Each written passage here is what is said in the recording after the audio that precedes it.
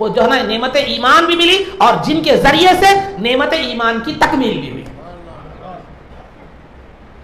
اور جن کی محبت بھی کمال ایمان کا جو ہے نا کی علامت ہے۔ قرآن نے خود فرمایا لا یؤمن احدکم حتی اکون احب جو ہے نا الیہ من والدہ وولدہ والناس اجمعین، کوئی بھی آدمی اس وقت تک جو ہے نا کامل مومن نہیں ہو سکتا جب تک کہ وہ اپنے والد اور اپنی اولاد اور دنیا کی ہر چیز سے مجھ سے زیادہ مجھ سے محبت نہ کرے۔ تو محبت بھی کمال ایمان کا کمال ایمان کی علامت ہے، اور تذکرہ حصول ایمان ہے، محبت کمال ایمان ہے۔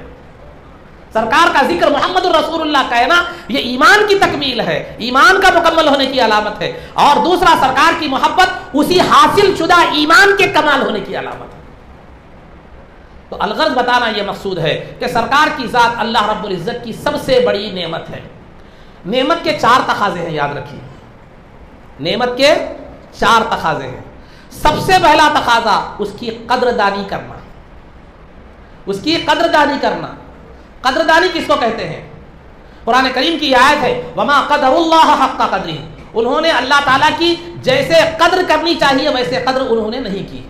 تو اس کی تفسیر میں علماء اکرام فرماتے ہیں، مفسرین اکرام، ما عرفوہ وما عظموہ، وما عرفوہ وما عظموہ، یعنی انہوں نے اللہ کو نہ پہچانا اور نہ اس کی تعظیم کی۔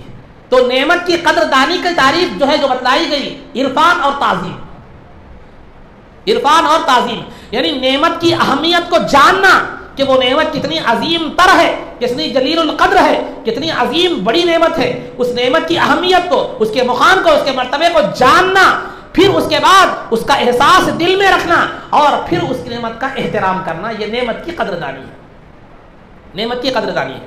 مثال کے طور پر میں آپ کو ایک مثال دیتا چلوں، ایک بہت بڑے عالم دین ہیں، بہت بڑے عالم دین ہیں، اللہ والے ہیں، جن کو جو دنیا میں مشہور ہے، بہت بڑے مشہور ہے۔ اگر وہ عالم دین اگر آپ کی کسی محفل میں آ جاتے ہیں تو آپ ان کے آتے ہی اٹھ کر کھڑے ہو جاتے ہیں، ان سے ہاتھ چومتے ہیں، ان کی تعظیم کرتے ہیں، پیر پڑنے والے پیر بھی پڑتے ہیں، عظمت اور احترام، تعظیم اور احترام کرتے ہیں۔ کیوں؟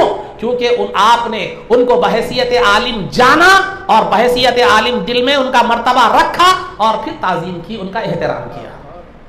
تو لہذا سرکار جب اللہ کی نعمتوں میں سب سے بڑی نعمت ہے، کائنات میں کوئی نعمت اس کا مقابلہ نہیں کر سکتی، تو سرکار کو جاننا اور سرکار کی اس نعمت کا احساس رکھنا اور سرکار کی تعظیم اور احترام کرنا دنیا کی سب نعمتوں سے زیادہ ہونا چاہیے، زیادہ ہونا چاہیے۔ سرکار کی قدردانی سب سے زیادہ ہونی چاہیے، سرکار کا احترام سب سے زیادہ ہونا چاہیے، سرکار کی تعظیم سب سے زیادہ ہونی چاہیے، کیونکہ نعمت کا پہلا تقاضا یہ ہے، قدردانی کرنا، نعمت کی قدردانی کرنا۔ دوسرا، نعمت کو یاد کرنا، نعمت کا ذکر کرنا، نعمت کو یاد کرنا۔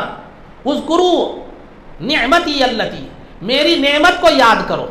تو نعمت کو یاد کرنا یہ نعمت کا دوسرا تقاضا اور دوسرا تقاضا ہے، یعنی نعمت یہ تقاضا کرتی ہے کہ وہ یاد رکھے، یاد کیا جائے، خواہ وہ زبان سے یاد کیا جائے یا اس کا احساس دل میں رکھا جائے۔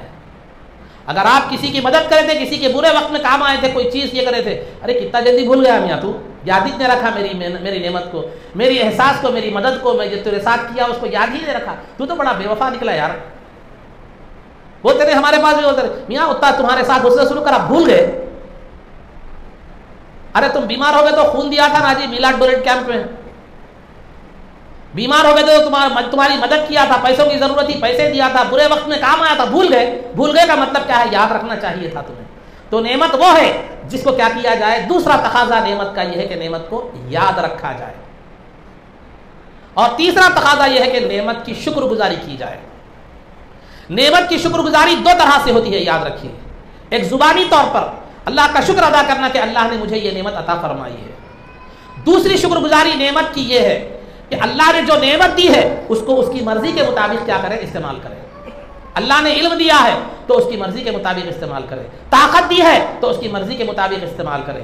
اللہ نے آپ کو طاقت دی ہے، صحت دی ہے تو اللہ کی عبادت میں اس کو صرف کرے، اہل و عیال کی جو ہے نا کی زندگیوں کو پالنے کے لیے تجارت میں اس کو صرف کرے، کسی مظلوم کی مدد میں صرف کرے، بہرحال اپنی طاقت اللہ اور اس کے رسول کی مرضی کے مطابق صرف کرے۔ دولت کی نعمت ہے تو اس کی مرضی کے مطابق صرف کرے۔ تو لہذا یہ حقیقی معنی میں نعمت کی شکر گزاری ہے۔ تو سرکار دو عالم صلی اللہ علیہ وسلم کی نعمت اللہ رب العزت نے دی ہے آپ کو، تو پھر آپ کا کام یہ ہے کہ وہ نعمت کو یاد بھی کرے اس نعمت کو یاد بھی کرے، جیسا کہ ہم سرکار کا ذکر کرتے ہیں، میلاد کا ذکر کرتے ہیں، سیرت کے حوالے سے ذکر کرتے ہیں، فضیلت کے حوالے سے ذکر کرتے ہیں، درود شریف کے حوالے سے ذکر کرتے ہیں، نعت شریف کے حوالے سے ذکر کرتے ہیں، تو لہذا وہ نعمت کا ذکر بھی کرے، یاد بھی کرے، اور پھر اس کی شکر گزاری بھی کرے۔ وہ شکر گزاری کیا ہونی چاہیے؟ سرکار نے جو شریعت دی ہے ہمیں، سرکار کی جو تعلیمات ہے اس پر ہمیں عمل پیرا ہونا، یہ حقیقی معنی میں نعمت سرکار کی شکر گزاری ہے۔ ورنہ اگر ہم سرکار کے بتائے ہوئے راستے کے مطابق نہیں چلتے اور ان کی تعلیمات کے مطابق نہیں چلتے تو پھر ہم جو ہے نا سرکار کی نعمت کی ناشکری کر رہے ہیں۔ اللہ کا ارشاد ہے لئن شکرتم لازیدنکم، اگر تم شکر گزاری کرو گے تو تمہاری نعمت میں اور اضافہ کروں گا، اور اگر تم ناشکری کرو گے تو ان عذابی لشدید، میرا عذاب بہت زیادہ سخت ہے۔ تو سرکار کی نعمت کی شکر گزاری اگر ہم ان کی اتباع اور پیروی کے ذریعے سے کریں گے تو پھر سرکار نعمت میں اضافہ ہوگا۔ کیا اضافہ ہوگا؟ سرکار سے آپ کا رشتہ مضبوط ہوگا، سرکار سے آپ کا تعلق مضبوط ہوگا، اور سرکار سے آپ کی وابستگی مضبوط ہوگی۔ ناشکری کریں گے پھر جو ہے نا تو پھر اس کا عذاب یہ ہوگا، تو سرکار کی بارگاہ سے تم دور ہوتے چلے جاؤ گے، آپ کی تعلیمات سے دور ہوتے چلے جاؤ گے، دنیا میں ذلیل اور رسوا ہوتے چلے جاؤ گے۔ اور چوتھی جو چیز ہے وہ نعمت کی کا تقاضا جو ہے وہ ہے کہ نعمت کا کثرت سے ذکر کیا، چرچا کرو۔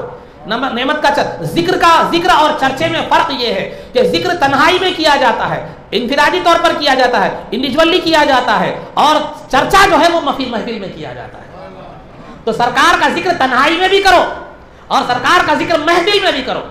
تو ہم جب میلاد آتی ہے تو عظمت مصطفیٰ، فضیلت مصطفیٰ، واقعات مصطفیٰ، نعتیہ محفل وغیرہ وغیرہ بیان کر کے یہ میلاد کا جو ہے نا یہ سرکار کی اس نعمت کا چرچا کرتے ہیں جو قرآن کریم کے حکم کی تعمیل ہے۔ وَأَمَّا بِنِعْمَةِ رَبِّكَ فَحَدِّثْ، اپنے رب کی نعمت کا زیادہ سے زیادہ چرچا کیا کرو، لوگوں کے سامنے اس کی تذکرہ کیا کرو۔ تو یہ نعمت کے 4 تقاضے ہیں: قدردانی، ذکر، شکر اور چرچا۔ یہ 4 چیزیں عام نعمت کے تعلق سے ہے۔ جب سرکار کی نعمت، سرکار کی ذات سب میں بڑی نعمت ہے تو سب سے زیادہ قدردانی سرکار کی نعمت کی ہونی چاہیے، سب سے زیادہ قدردانی سرکار کی نعمت کی ہونی چاہیے، سب سے زیادہ ذکر سرکار کی ذات کا ہونا چاہیے، سب سے زیادہ شکر گزاری سرکار کے ساتھ سرکار کی ذات کے متعلق ہونی چاہیے، اور سب سے زیادہ چرچا سرکار کی ذات کا ہونا چاہیے۔ اب یہ چاروں چیزوں کو رکھنے کے بعد اب ہم اپنی زندگیوں کا جائزہ لیں۔ نہ ہم قدردانی میں ہم پاس ہیں، نہ شکر گزاری میں پاس ہیں، نہ ذکر میں پاس ہیں، نہ چرچے میں پاس ہیں۔ غور کیجئے، میں تنقیدی بات نہیں کر رہا ہوں، بتائیے ہمیں سرکار کی ذات کی کتنی قدردانی ہے؟ قدردانی زبان سے نہیں ہوتی ہے۔ ہم اپنی زندگیوں کا جائزہ لیں گے، صبح سے لے کر شام تک ہم جو کام کرتے ہیں، ہمارا لائف اسٹائل ہے، ہمارا ہیئر اسٹائل ہے، ہمارا ڈریس پہننے کا طریقہ ہے، ہمارا زندگی گزارنے کا طریقہ ہے، ہمارا گاڑی چلانے کا طریقہ ہے، سب فلمی ہیروؤں کی طرح ہے۔ کیا قدردانی کی ہم نے سرکار کی؟ کیا قدردانی کی ہم نے سرکار کی؟ کچھ بھی قدردانی کیا کی؟ نہیں کی۔ اب ذکر کی جہاں تک شکر گزاری کی بات ہے، سرکار کی نعمت کی ہم نے کیا قدردانی کی؟ ایک تو قدردانی بھی نہیں کی، اور آپ کی بتائی ہوئی تعلیمات پر بھی ہم عمل پیرا نہیں، کسی بھی حیثیت ہم کیا زیادہ سے زیادہ نماز کا معاملہ وہ بھی فیل، روزوں کا معاملہ وہ بھی فیل، اور زکوٰۃ کا معاملہ وہ بھی فیل، حج کا معاملہ وہ بھی فیل، کسی میں بھی ہم کامل نظر نہیں آتے۔ میں پوروں کی بات نہیں کر رہا ہوں، ایک بالعموم بات کر رہا ہوں۔ اللہ کے کچھ نیک بندے ہیں، ہر زمانے میں رہے ہیں، میں ان کے لیے بات نہیں کر رہا ہوں۔ تو ہم جو ہے نا اگر غور کیا جائے اپنی زندگی میں، اگر ہم غور کیا جائے تو قدردانی میں بھی فیل ہیں، ذکر میں بھی فیل ہیں، شکر میں بھی فیل ہیں، چرچا بھی صرف ربیع الاول میں ہوتا ہے، پھر کبھی نہیں ہوتا، پھر غنیمت ہے وہ بھی ہوتا ہے، وہ بھی نہیں ہوتا، کیا کرتے ہیں بعض لوگ اس سے بھی محروم ہیں، بعض اس سے بھی محروم۔ کم از کم اللہ رب العزت سرکار کی میلاد کے حوالے سے ہمیں ایک جگہ جمع ہونے کی توفیق تو عطا فرمایا، ورنہ دوسرے اس کو بدعت سمجھ کر، شرک سمجھ کر، گناہ سمجھ کر دور ہو گئے، گناہ سمجھ کر۔ کم از کم ہم مسجد میں تو بیٹھے ہوئے ہیں، مسجد میں بیٹھنا بھی اللہ کا ذکر ہے، کم از کم بات بتا رہا ہوں، سرکار کے ذکر کے حوالے سے مسجد میں تو جمع ہے، کوئی پیسے کی کسی چیز کی بلا غرض سرکار کی محبت میں کم ہی صحیح جمع ہے۔ تو عزیزان محترم، یہ تھی 4 چیزیں نعمت کے تقاضوں میں، ہم اگر دیکھیں گے تو فیل ہوتے ہوئے نظر آ رہے ہیں۔ تو لہذا امتحان میں فیل ہونے کے بجائے اگر کامیاب ہونا ہے تو پھر محنت اور جد و جہد کی ضرورت ہے۔ اپنی زندگیوں کو سرکار کی جو نعمت اللہ نے ہمیں دی ہے ان کے وسیلے سے، ہمیں ان کے نسبت سے ہمیں جو خیر امت کائنات کی 1,24,000 انبیاء علیہم الصلوۃ والتسلیم کی امتوں میں سب سے بہترین امت ہونے کا ہمیں جو لقب ملا، اس کے قابل بننے کی ہمیں ضرورت ہے۔ اس کے لیے آپ کو کوئی علیحدہ ٹائم نکالنے کی، علیحدہ کوشش کرنے کی ضرورت نہیں ہے۔ جو زندگی آپ گزار رہے ہیں وہ شریعت کے مطابق گزارے۔ کھاتے تو آپ ہیں، شریعت مت کھاؤ نہیں بولتی، پانی پینے سے مت پیو نہیں، دعوت مت کرو نہیں بولتی، دعوت میں مت جاؤ نہیں بولتی، کپڑے مت پہنو نہیں بولتی شریعت، اچھے کپڑے مت پہنو نہیں بولتی، پھٹے ہوئے کپڑے پہنو تو نہیں بولتا اسلام۔ اسلام بولتا ہے اللہ دیا ہے تو اچھے سے اچھا پہنو، اچھے سے اچھا کھاؤ، اچھے سے اچھا لائف اسٹائل جو ہے نا اپناؤ، لیکن ضرورت اس بات کی ہے تھوڑا نہج بدل دو، دوسروں کا اپنانے کے بجائے سرکار کا اپناؤ، بس یہ کی تقاضا ہے۔ ہر چیز کرو تم، ہر جائز چیز کرنے کی شریعت اجازت دیتی ہے تمہیں۔ شریعت کوئی بھی جائز چیز سے نہیں روکتی، اچھا کھانے سے نہیں روکتی، اچھی بلڈنگ بنانے سے نہیں روکتی، اچھے جو ہے نا کمانے سے نہیں روکتی۔ عثمان غنی کیا تھے؟ آج بھی ان کا بینک اکاؤنٹ ہے، زندگی میں بھی غنی تھے، زندگی کے بعد بھی غنی ہے، یہ آپ کی خصوصیت ہے۔ جو ہے نا ٹرسٹ بھی چلتا آپ کے نام پہ، آپ کے باغ کو جانے کا مجھے بھی اتفاق ہوا، آج بھی موجود ہے، جو حضرات گئے ہیں وہ دیکھے بھی ہیں مدینہ منورہ۔ تو حضرت آج بھی غنی ہیں، ان کے نام پر ٹرسٹ چلتا ہے، ان کے نام پر تجارت ہوتی ہے، ان کے نام پر ادارے چلتے ہیں، اور ان کی ٹرسٹ سے، ان کی تجارت سے جو آمدنی حاصل ہوتی ہے آدھا تجارت میں لگایا جاتا ہے، آدھا رفاہی کاموں میں، خیر کے کاموں میں لگایا جاتا ہے۔ تو اسلام کمانے سے، گھر بنانے سے، اچھا پہننے سے، اچھا کھانے سے، اچھا پہننے سے نہیں روکتا۔ سب کچھ کرو تم، ہر جائز شوق کر سکتے ہو، بشرطے کہ حدود شریعت میں رہ کر، اور اس میں اللہ کی اور اس کے رسول کی عظمت میں کوئی اضافہ ہونے والا نہیں ہے، بلکہ تمہارا خود فائدہ ہے۔ اچھا کھاؤ بولا اللہ تعالیٰ، کھانا میٹھا کھانا سنت ہے بول کے دبا کے کھا لیے، پھر شوگر، نقصان کس کا؟ تمہارا۔ دعوت میں پھگڑ کا سمجھ کے فل کھا لیے حلق تک آنے تک، نقصان کس کا؟ ڈائجیشن پرابلم آپ کا۔ سرکار بولے خرچ کرو مگر اعتدال سے کرو، بولے 1 لاکھ کی جگہ 10 لاکھ خرچہ کر دیے، پھر قرضے مانگتے ہو، پھر نہیں۔ ہمارے استاد محترم مرحوم رحمۃ اللہ تعالی علیہ کا ایک واقعہ، ایک قول یاد آتا میرا، نوکری پیشہ لوگوں کی حالت کیسی ہے بیٹا بولے تو، نوکری پیشہ لوگوں کی حالت کیسی ہے بولے تو، پہلا دہا مغزیات، دوسرا دہا چٹیات، تیسرا دہا قرضے جات کرتے۔ پہلے دہے میں دیکھو گھر میں سے بریانی کی، مرغ کی بو آتے رہتی، فل بو آتے رہتی، تو پہلے دہے میں دبا کے چلتا مسئلہ، دوسرے دہے میں چٹیاں اٹیاں لے رہتے، خیرات فائنانس قرض وغیرہ اس میں چلے جاتے، تیسرے دہے میں پیسے ختم ہو جاتے، اس کے بعد ان کا نے قرضہ لیا، ان کا نے قرضہ لیا، ان کا نے قرضہ لیا، تیسرا دہا ویسا گزر جاتا ہے۔ تو یہ کیفیت نہیں ہونا چاہیے۔ اولیاء کی علامت یہ بتلائی گئی ہے، والذین اذا انفقوا لم یسرفوا ولم یقتروا، کہ جب اولیاء وہ ہیں جب وہ اللہ کی راہ میں یا مخلوق میں خرچ کرتے ہیں تو اعتدال سے خرچ کرتے ہیں، میانہ روی سے خرچ کرتے ہیں، نہ اتنا زیادہ خرچ کرتے ہیں کہ جو ہے نا بھکاری بن جائے، نہ اتنا کم خرچ کرتے ہیں کہ دنیا انہیں بخیل کہے، تو اعتدال والی راہ بہتر ہے۔ تو بہرحال شریعت کے اصول میں ہماری ہی بھلائی ہے، دنیاوی بھلائی بھی ہے، اخروی بھلائی بھی ہے، اور صحت کی بھلائی بھی ہے۔ تو بہرحال عزیزان محترم بتانا یہ چاہ رہا ہوں، اسلام پر چلو، علماء سے سنتے رہتے اسلام پر چلو، اسلام پر چلنا کوئی ایک الگ راستہ نہیں ہے۔ آپ جو زندگی گزار رہے ہیں اسی کو جو ہے نا اسلامی احکامات کے، کاروبار لگا رہے، کاروبار سے پہلے علماء سے مشورہ کرو، جائز ہے نہیں ہے۔ کاروبار کے کیا اصول ہیں؟ کسی کو دھوکہ نہیں دینا، جھوٹ نہیں بولنا، عیب نہیں چھپانا، جو ہے نا ایسی بات، یہ 4-5 اصول ہے۔ وہ تو دنیا والے بھی بولتے ہیں، بڑے بڑے کمپنیاں جو مشہور ہیں وہ خود بولتے ہیں کہ جو ہے نا فراڈ نہیں کرنا، کیونکہ بھروسہ اٹھ جاتا۔ آج کل غیر مسلم اپنا رہے ہیں یہ چیزیں، اپنا کر کاروبار میں ترقی کر رہے ہیں اور اپنی سروسز کو بھروسہ مند بنا رہے ہیں۔ مسلمان کو اپنانے میں کیا ہے؟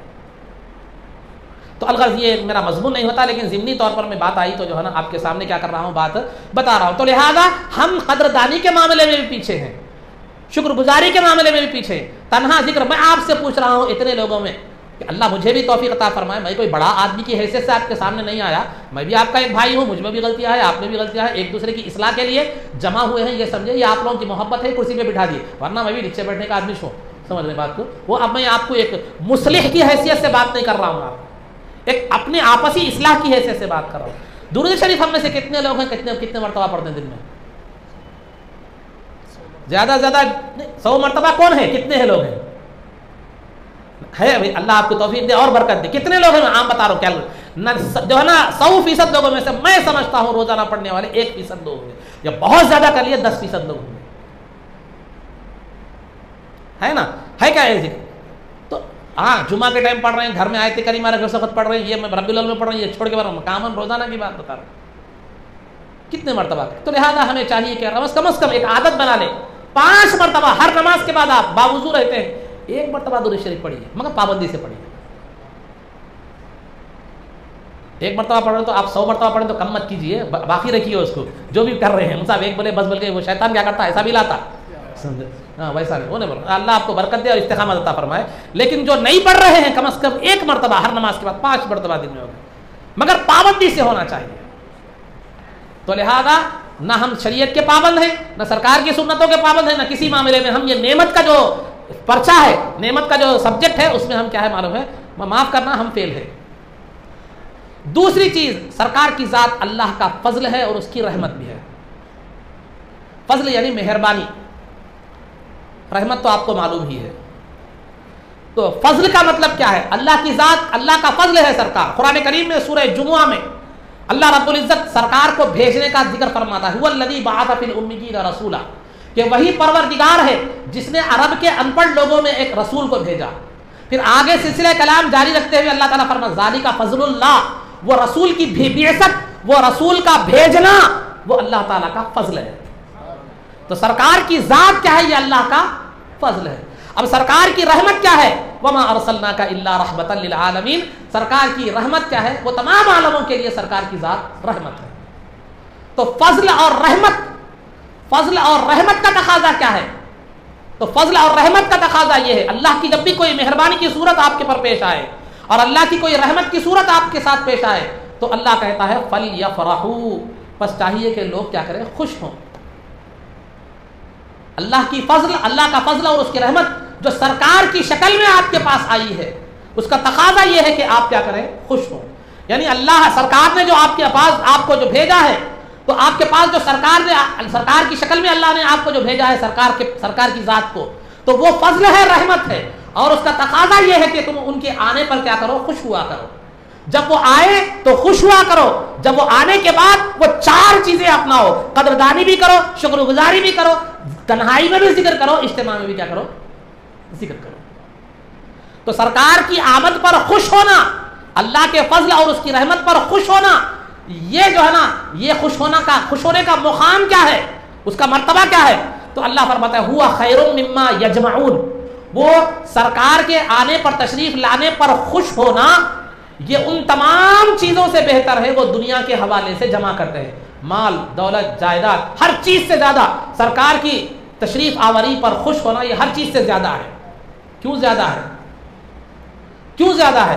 اس لیے زیادہ ہے کہ سرکار کی تشریف آوری پر خوش ہونا یہ محبت کی علامت ہے. سرکار کی تشریف آوری پر خوش ہونا یہ محبت کی علامت ہے. اور سرکار کی محبت کا تعلق ایمان سے ہے، اور ایمان دنیا و آخرت میں کامیابی والی چیز ہے، اور ایمان کا تعلق آخرت سے ہے، اور یہ تمام چیزیں جائیداد کا تعلق دنیا سے ہے، اور ایمان افضل ہے دنیا سے. ایمان افضل ہے دنیا سے. اب عزیزان محترم، جب انسان کو نعمت ملتی ہے، انسان کو جو نعمت ملتی ہے، تو نعمت ملنے پر انسان کیا ہوتا ہے؟ خوش ہوتا ہے. نعمت کے چلے جانے پر انسان کیا ہوتا ہے؟ غم زدہ ہوتا ہے. تو نعمت جو ہے، نعمت پر خوشی کس کو ہوتی ہے؟ نعمت پر خوشی ہونے کے لیے 2 چیزیں ضروری ہیں. ایک تو یہ کہ قربت، دوسری محبت. جس کو جتنی قربت ہوگی اتنی زیادہ جو ہے نا خوشی ہوگی، جس کو جتنی جو ہے نا محبت ہوگی اتنی زیادہ خوشی ہوگی. مثال کے طور پر اگر کسی کے گھر میں لڑکا پیدا ہوتا ہے تو سب سے زیادہ خوشی والدین کو ہوتی ہے، اس کے بعد دادا دادی نانا نانی کو ہوتی ہے، اس کے بعد چچا تایا وغیرہ کو ہوتی ہے، اس کے بعد زیادہ سے زیادہ خاندان والوں کو، محلے والوں کو ہو بھی سکتی، نہیں بھی ہو سکتی، ایک امکان ہے، ڈاؤٹ ہے. تو یہ کیوں ہو رہی ہے ماں باپ کو سب سے زیادہ خوشی؟ کیونکہ رشتہ بھی سب سے زیادہ قربت والا ہے اور محبت بھی سب سے زیادہ ہے. تو سرکار کی قربت جسے سب سے زیادہ نصیب ہو اور سرکار سے جس کو سب سے زیادہ محبت ہو، اس کو خوشی بھی اتنی زیادہ ہوتی ہے، اس کو خوشی بھی اتنی زیادہ ہوتی ہے. کیسی میں بتلاتا چلو. سرکار، صحابہ سب سے زیادہ محبت سرکار کو کس سے تھی؟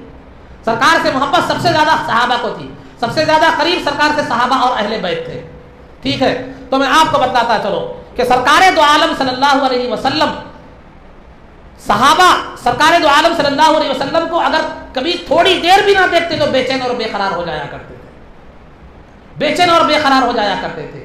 ان کی بے چینی اور بے قراری کا اندازہ پھر سرکار کو دیکھنے کے بعد ان کی خوشی کا اندازہ اگر آپ لگانا چاہیں تو 20 حدیثوں میں آتا ہے، کئی حدیثیں ہیں، حدیثوں میں آتا ہے کہ سرکار دو عالم صلی اللہ علیہ وسلم جب کسی سفر کی غرض سے، جہاد کی غرض سے مدینے سے باہر تشریف لے جاتے تو کچھ دنوں تک صحابہ اور اہل مدینہ سرکار کو نہیں دیکھتے، تو جب سرکار آ رہے ہیں یہ اطلاع ملتی تو خوشی کے ترانے بجائے جاتے اور عید کا ماحول مدینہ منورہ میں ہوتا۔ تھوڑا سا عرصہ سرکار دو عالم صلی اللہ علیہ وسلم کا چہرے مبارک نہ دیکھے تھے، پھر اس کے بعد دیکھے تو خوشی کا عالم یہ ہوتا تھا کہ خوشی کے ترانے گائے جاتے تھے اور خوشی کے اشعار پڑھے جاتے تھے اور خوشی سے لوگ جو ہے نا بے انتہا مسرت کا اظہار کرتے تھے۔ تو یہ تھی سرکار دو عالم صلی اللہ علیہ وسلم سے محبت اور قربت۔ تھوڑا غائب ہو جاتے تو بے چین ہو جاتے اور ڈھونڈنے کے لیے نکل پڑتے اور پھر مل جاتے تو دنیا وما فیہا سے زیادہ خوشی انہیں نصیب ہو جاتی۔ یہ ہے محبت۔ تو جتنی زیادہ محبت ہوگی، جتنی زیادہ قربت ہوگی، اتنا زیادہ خوشی بھی ہوگی اور اتنا زیادہ غم بھی ہوگا، اتنا زیادہ غم بھی ہوگا۔ یہی وجہ ہے کہ سرکار کی میلاد ہم جیسے خوشی سے مناتے ہیں، صحابہ نے نہیں منایا کیونکہ غم مصطفیٰ غالب تھا ان پر۔ سرکار، یہ بات ہرگز صحیح نہیں ہے، بہت سے مطلب بہت اعتراض ہوتا نا، بہت کہا جاتا ہے صحابہ منائے تھے کیا، سرکار منائے تھے کیا میلاد؟ صحابہ سرکار منائے تھے نہ صحابہ منائے تھے، کون منائے تھے میلاد؟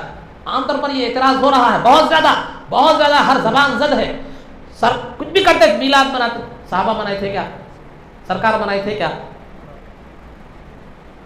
صحابہ منائے تھے کیا، سرکار منائے تھے کیا؟ یہ بہت زیادہ جو ہے نا یہ چیز ہو رہی ہے۔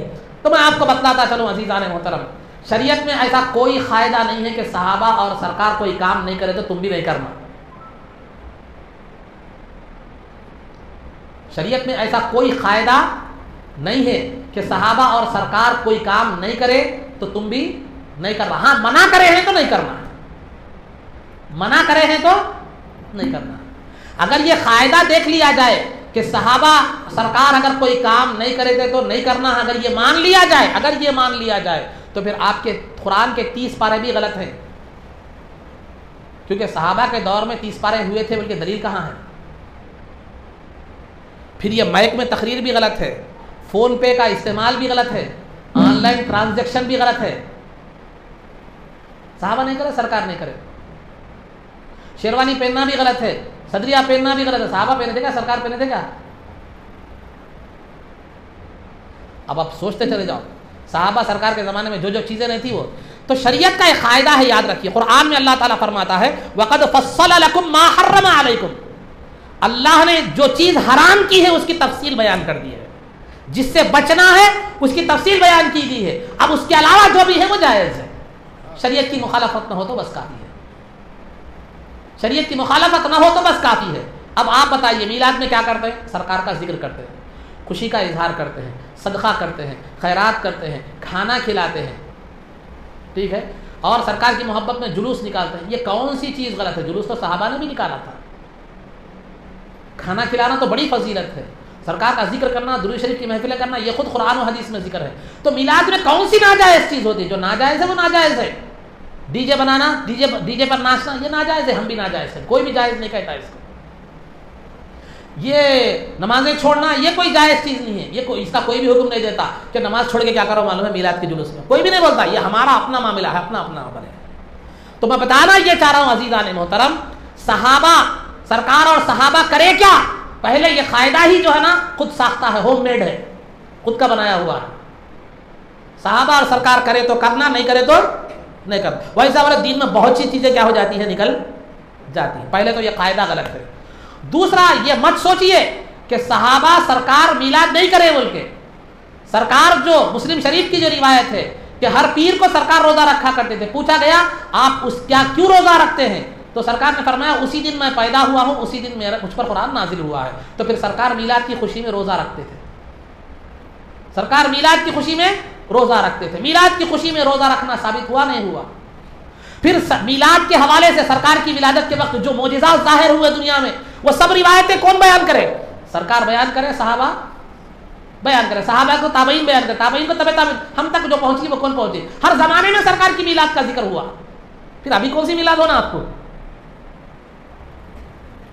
سرکار پیدا ہوئے تو جو ہے نا فلاں تاریخ کو پیدا ہوئے، سرکار کی ولادت کے وقت جو ہے نا جانور ایک دوسرے کو خوشخبری دے رہے تھے، ستارے گھر کے قریب آ گئے تھے، اور جتنی جو ہے نا 14 کنگورے ٹوٹ گئے تھے ایران کے بادشاہ کے، وہ تفصیلات اگر موقع رہا تو میں بیان کروں گا۔ یہ سب چیزیں جتنے بھی ولادت کے وقت معجزات ظاہر ہوئے، یہ کون بیان کرے؟ پھر یہ صحابہ ہی تو بیان کرے، پھر یہ میلاد کا ذکر میں تو اور کیا ہے؟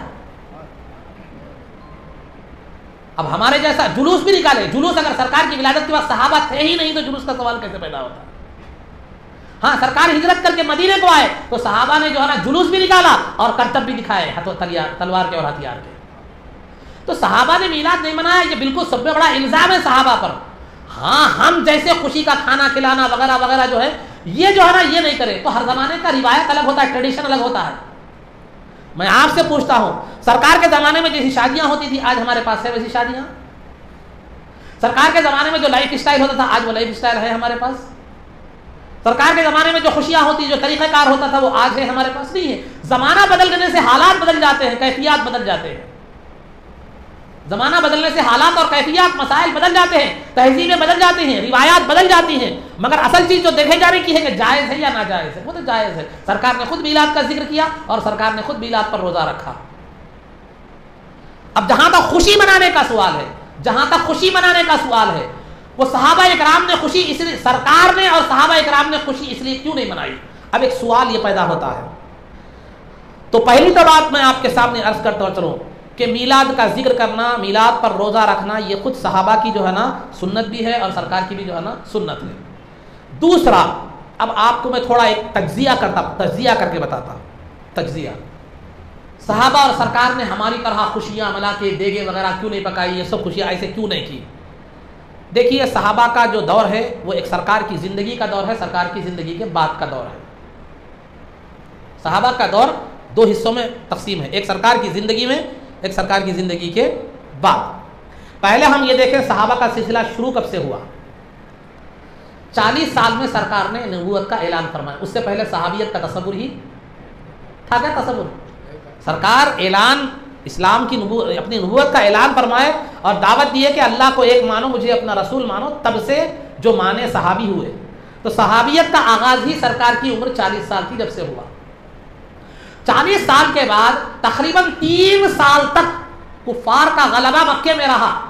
3 سال تک نمازیں خود چھپ کے پڑھا کرتے تھے، نمازیں خود چھپ کر پڑھا کرتے تھے، کیونکہ ہر طرف کفار کا غلبہ تھا، خون کے پیاسے ہو گئے تھے، اور مصلحت تھی کہ مصلحت کا تقاضا بھی یہ تھا کہ علل اعلان کلمے کا اظہار کرنا خود مصلحت کے خلاف تھا، تو میلاد کا مناتے تھے۔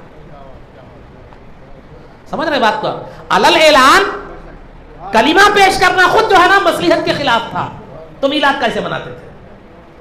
43 سال ایسے گزر گئے سرکار کے اعلان نبوت تک، جب تک عمر فاروق رضی اللہ تعالی عنہ جو ہے نا ایمان نہیں لائے، اس وقت تک کھل کر نماز بھی نہیں پڑھی گئی،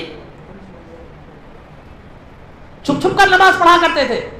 اعلان نبوت کے 5-6 سال کے بعد جب عمر فاروق رضی اللہ تعالیٰ عنہ ایمان لائے، تو ایمان لانے کے بعد سرکار سے کہا کہ یا رسول اللہ کیا ہم حق پر نہیں ہیں؟ تو کہا بالکل حق پر ہے، پھر یہ تنہا طرح چھپ کے نماز کیوں پڑھنا، علل اعلان پڑھیں گے۔ اس وقت مومنوں کی تعداد 40 تھی تقریباً، روایت میں بعض 39 سے بعض 40 سے بھرا، 40 سے ایک موٹا حساب رکھ لیا۔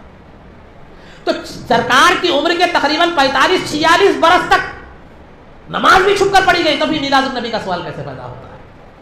پھر جو ہی اعلان نبوت ہوا، کفار کا وہ ظلم و ستم سرکار پر اور سرکار کی جو ہے نا صحابہ پر، پھر سرکار تبلیغ میں اس قدر مصروف ہو گئے کہ کھانے پینے کی تک فرصت نہیں ملتی تھی۔ میلاد النبی کب مناتے تھے؟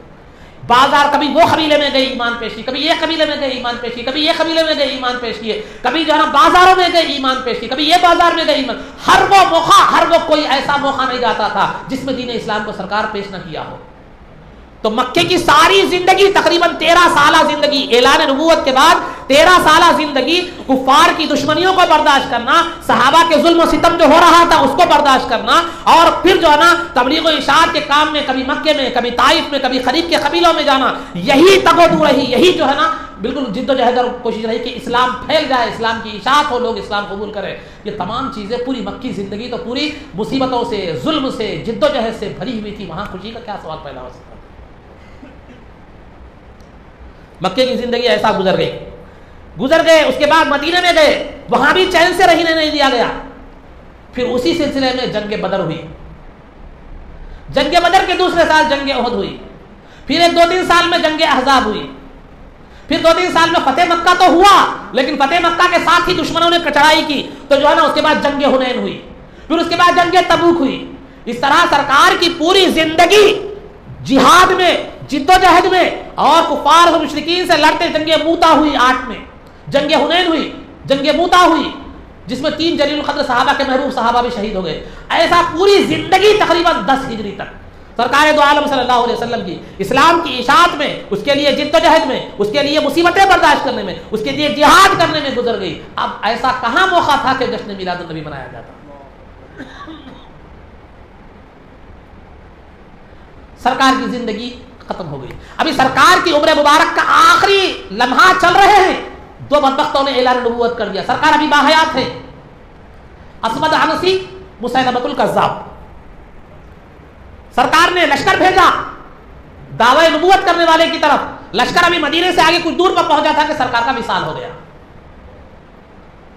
سرکار کا وصال ہو گیا. سرکار کے وصال کے بعد ابو بکر صدیق رضی اللہ تعالیٰ عنہ خلیفہ بنے. جو ہی سرکار جب تک موجود تھے، لوگوں کی ظاہری طور پر بھی لوگوں کا ایمان جو ہے نا مضبوط تھا، اور باطنی طور پر بھی سرکار کی صحبت کی وجہ سے جو ہے نا ایمان مضبوط تھا. انس رضی اللہ تعالیٰ عنہ کا بیان ہے کہ سرکار جب مدینے میں تشریف لائے تو مدینے کا ہر ذرہ روشن ہو گیا. سرکار کو ہم آپ کے قبر مبارک میں لٹا کر ابھی پلٹے بھی نہیں تھے تو ہمارے ایمان میں، ہمارے دلوں میں جو کیفیت سرکار کی موجودگی میں تھی، آپ کو باقی نہیں رہی. یہ باطنی انقلاب تبدیلیاں پیدا ہو گئی سرکار کے وصال کے ساتھ ہی. باطنی حال یہ ہو گیا، ظاہری حالات یہ ہو گئے کہ ابو بکر صدیق رضی اللہ تعالیٰ عنہ نے وہ دعوی نبوت کرنے والے کے خلاف لشکر بھیجا. ادھر دوسری طرف سے لوگوں نے زکات دینے سے انکار کر دیا. کئی لوگ بغاوت کرے، کئی لوگ مرتد ہو گئے. تقریباً ابو بکر صدیق رضی اللہ تعالیٰ عنہ کا دور خلافت 2 سال چند مہینے تک وہ اسی طرح جو ہے نا یہ بغاوت اور اٹھنے والے فتنوں کے کچلنے میں چلے گیا. اب کہاں سے میلاد ہوتی تھی؟ یہ ایک بات ہو گئی. عمر فاروق رضی اللہ تعالیٰ کا دور خلافت آیا. آپ کے دور خلافت میں اسلام بہت زیادہ پھیل گیا تھا. ہزاروں میل دور پر اسلام پھیل گیا تھا. اب گورنروں کو متعین کا ایک وہ بنانا تھا، پورا قانون بنانا تھا، پورا ڈپارٹمنٹس بنانا تھا، پورے جو ہے نا شعبے بنانے تھے کہ جو ہے نا ایک محصول کا شعبہ الگ، زکوٰۃ کا شعبہ الگ، جیل خانے کا قانون کا شعبہ الگ، عدالت کا شعبہ الگ، کئی شعبے بنانا تھا. اب ایک حکومت کو منظم کرنا تھا، حکومت کو منظم کرنا تھا. آپ کا سارا دور خلافت حکومت کی تنظیم میں گزر گیا. آج بھی دنیا کی بہت سے قوانین جو ہے وہ عمر فاروق رضی اللہ عنہ کے دور خلافت کے ہیں. اس کے بعد عثمان غنی رضی اللہ تعالیٰ کا دور خلافت آیا. آپ کے دور خلافت میں بھی بہت سا اسلام بہت زیادہ وسیع ہو گیا تھا، بہت زیادہ وسیع ہو گیا تھا. تو وہاں بھی اسلام کو جو ہے نا حکومت کی تنظیم، اسلام کو بنانا، اسلام کو یہ کرنے میں 6 سال تک آپ کا دور خلافت بڑا خوشحالی کا رہا. اس کے بعد فوراً عبداللہ ابن سبا یہودی نے جو ہے نا ایک فتنہ بہکا دیا کہ وہ جو پرانا جھگڑا زمانہ جاہلیت میں بنو ہاشم اور بنو امیہ کا تھا، بنو ہاشم اور بنو امیہ کے درمیان اختلاف تھا. تو عثمان غنی رضی اللہ تعالیٰ بنو امیہ سے تھے اور علی رضی اللہ تعالیٰ بنو ہاشم سے تھے. وہ جھگڑے کو اس عبداللہ ابن سبا یہودی نے وہ جھگڑے کو آگ لگا دی. اس وقت تک صحابہ کی بہت سی جماعت، بہت سے صحابہ شہید ہو چکے، اس دنیا سے پردہ فرما چکے تھے. اب نئے نئے لوگ اسلام میں داخل ہو گئے تھے. وہ ان کا کیفیت ایمانی ویسا نہیں تھا جیسے صحابہ کا تھا. تو نتیجہ کیا ہوا؟ بنو امیہ بنو ہاشم کا جو جھگڑا زمانے جاہلیت میں تھا، صحابہ تو اس سے دور رہے لیکن نئے نئے مسلمان اس کا شکار ہو گئے اور انہوں نے عثمان غنی رضی اللہ تعالیٰ عنہ کے خلاف بغاوت کر دی. اور عبداللہ ابن سبا وہیں سے شیعان علی، جو علی رضی اللہ تعالیٰ عنہ کے شیعہ کہلاتے ہیں، روافض جن کو کہلاتے ہیں، وہیں سے وجود ہوا. اور ان کا استاد عبداللہ ابن سبا یہودی. میں یہ تاریخ آپ کو کس لیے بتا رہا ہوں؟ میں کوئی تاریخی لیکچر نہیں دے رہا ہوں، میں بتا رہا ہوں. اس کے بعد 6 سال، تقریباً 5-6 سال عثمان غنی رضی اللہ تعالیٰ کے خلافت بغاوتیں ہوتی رہی، سازشیں چلتی رہی. آخری میں عثمان غنی رضی اللہ تعالیٰ کے جو ہے نا خسر خلافت کا محاصرہ کر لیا گیا، آپ کو شہید کر دیا گیا. آپ کو شہید کرنے کے بعد جو فتنہ سرکار نے خبر دی تھی کہ جو ہے نا ایک دروازہ ہوگا اسلام اور فتنوں کے درمیان، وہ دروازہ یہ جو ہے نا وہ دروازہ اس شخص کی وجہ سے ختم ہو جائے گا. وہ دروازہ صحابہ نے پوچھا کیا وہ دروازہ کھولا جائے گا یا توڑ دیا جائے گا؟ تو سرکار نے فرمایا توڑ دیا جائے گا. عثمان غنی رضی اللہ تعالیٰ عنہ سے کی شہادت سے جو فتنے کا دور شروع ہوا، علی رضی اللہ تعالیٰ عنہ کے 5 سالہ دور خلافت، پھر امام حسن رضی اللہ تعالیٰ عنہ کے 6 مہینے کے دور خلافت میں پورا اسلام میں جنگوں میں لاکھوں لوگ شہید ہو گئے. جنگ جمل اور جنگ صفین میں ہزاروں کی تعداد میں 50-60 ہزاروں کی تعداد میں لوگ مسلمان ہو گئے، شہید ہو گئے. پورا علی رضی اللہ تعالیٰ عنہ کا پورا دور خلافت فتنوں کو روکنے میں، فتنوں کو ختم کرنے میں رہا. تو یہ پورا بڑی سادہ و رنگین ہے داستان حرم، جیسے کہتے ہیں یہ پورا معاملہ اسلام کا ایسا چلتا رہا. بتائیے کیا یہ موقع تھا جشن ولادت ہماری طرح منانے کا؟ میں ہماری طرح کی بات کر رہا ہوں. صحابہ سرکار نے میلاد نہیں منایا، یہ نہیں کر رہا، میلاد انہوں نے منایا، لیکن ہم جس طرح کھانا پکا کر خوشی کا جشن کا ماحول ہوتا ہے وہ نہیں منا سکتے. ایک تو وجہ یہ ہے کہ موقع نہیں مل سکا. حالات کبھی اسلام کے لیے جد و جہد کرنا، کبھی اسلام کی اشاعت، کبھی اسلام کو اسلامی حکومت کو منظم کرنا، کبھی فتنوں کو سرکوبی کرنا، یہ پورا معاملہ زندگی ایسا چلتے رہی. تو پھر کب موقع ملتا تھا اس حال؟ اور دوسرا اس وقت وہ روایت بھی نہیں تھی، طریقہ وہاں کے رسم و رواج الگ تھے. ہر دنیا میں الگ الگ ہوتا ہے، بلکہ رسم و رواج تو دور کی بات، کھانا بھی الگ الگ ہوتا ہے. ہندوستان سے ہٹ کے دوسری جگہ جاؤ وہاں کا کھانا الگ. ہندوستان کے خود ایک اسٹیٹ میں الگ کھانا ہوتا ہے، ایک اسٹیٹ میں الگ کھانا ہوتا ہے. تو اس زمانے میں خوشی منانے کا انداز الگ تھا، ناجائز نہیں تھا، منانے کا انداز الگ تھا. انہوں نے ذکر کے ذریعے سے، روزے کے ذریعے سے، عبادت کے ذریعے سے خوشی منائی. اور سرکار کی وفات کے بعد جو صحابہ تو زندگی میں تو سرکار کوشش کرتے رہے، اور سرکار کی وفات کے بعد یہ معاملہ خلفائے راشدین کے دور کا رہا. دوسری بات جو خوشی کا اظہار کرنے کی ضرورت پیش نہیں ہے، خوشی کا اظہار نہیں ہوا صحابہ سے، وہ اس وجہ سے کہ سرکار دو عالم صلی اللہ علیہ وسلم کی وصال کے بعد صحابہ میں وہ غم کی کیفیت طاری ہو گئی، وہ غم کی کیفیت طاری ہو گئی کہ انہوں نے کھل کر ہنسنا بھی چھوڑ دیا. ابو بکر صدیق رضی اللہ تعالیٰ عنہ کے تعلق سے آتا ہے کہ ابو بکر صدیق رضی اللہ سرکار کے وصال کے بعد ابو بکر صدیق رضی اللہ تعالیٰ عنہ گھلتے چلے گئے اور آپ کی وصال، آپ کی جو ہے نا وفات کا سبب سرکار کی جدائی اور غم تھا. سرکار کے وصال کے بعد بی بی فاطمہ جب صحابہ علی رضی اللہ تعالیٰ عنہ وغیرہ جب سرکار کو اپنی آپ کی مزار مبارک میں رکھ کر واپس آئے تو بی بی فاطمہ رو رو کر کہتی کیا تم نے میرے سرکار کو زمین کے حوالے کر کیا گیا؟ تم نے یہ کیسے گوارا کیا کہ سرکار کو زمین کے تحت رکھے اور تم ان کو زمین ان کے اوپر مٹی کو ڈال کر واپس آ گئے؟ تمہارے دلوں نے کیسے گوارا کیا کہ ان پر مٹی ڈالے؟ بولتی جاتی تھی، روتی جاتی تھی، بولتی جاتی تھی، روتی جاتی تھی. اور ان کی اس بات کا ذکر کر کے ان کا یہ قصہ سنا کر ثابت بنانی رضی اللہ تعالیٰ عنہ جب بی بی فاطمہ کا یہ قول سناتے تو سنا کر جو ہے نا اس قدر روتے کہ پھسلیاں اچھلنے لگتی تھی.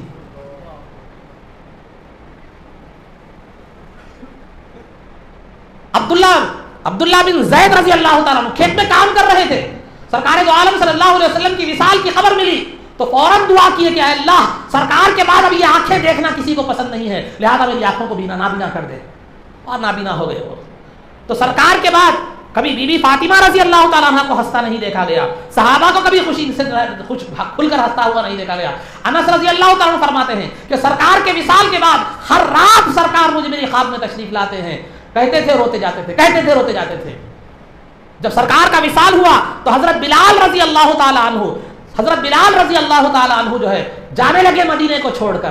بلال رضی اللہ تعالیٰ عنہ کون ہیں؟ یہ کافر کے غلام تھے. ابو بکر صدیق رضی اللہ تعالیٰ عنہ نے خرید کر ان کو آزاد کر دیا تھا، آزاد کر دیا تھا. تو بلال سرکار کے وصال کے بعد جب بلال رضی اللہ تعالیٰ عنہ مدینے کو چھوڑ کر جانے لگے، پہلے تو بلال رضی اللہ تعالیٰ عنہ کا معاملہ یہ تھا اور کئی صحابہ کا معاملہ یہ تھا، سرکار کا وصال ہو چکا تھا، آپ کو سپرد لحد کر دیا گیا تھا. اس کے بعد بھی بلال رضی اللہ تعالیٰ کا معمول یہ تھا کہ جو ہے نا وہ لوگ جا کر جو ہے نا گھروں میں، مدینے کی گھڑیوں میں سرکار کو ڈھونڈا کرتے تھے، ازواج مطہرات کے گھروں میں سرکار کو ڈھونڈا کرتے تھے اور ادھر ادھر مسجد نبوی میں سرکار کو ڈھونڈا کرتے تھے. یہ صرف بلال رضی اللہ تعالیٰ کا معاملہ نہیں تھا. سرکار کو، صحابہ کو جب سرکار کی محبت میں بےتاب ہو جاتے تو امہات المومنین کے حجروں کی طرف جو ہے نا چلے جاتے، سرکار کو ڈھونڈتے ہوئے دیوانہ وار چلے جاتے. حضرت میمونہ رضی اللہ تعالیٰ عنہ کے پاس جاتے تو میمونہ رضی اللہ تعالیٰ عنہ انہیں وہ آئینہ دکھاتی جو سرکار دیکھا کرتے تھے. تو سرکار کا جب وہ آئینہ دیکھتے تو جو ہے نا دیکھ کر اس میں سرکار کا رخ زیبا کا تصور کیا کرتے تھے اور تسلی حاصل کیا کرتے تھے.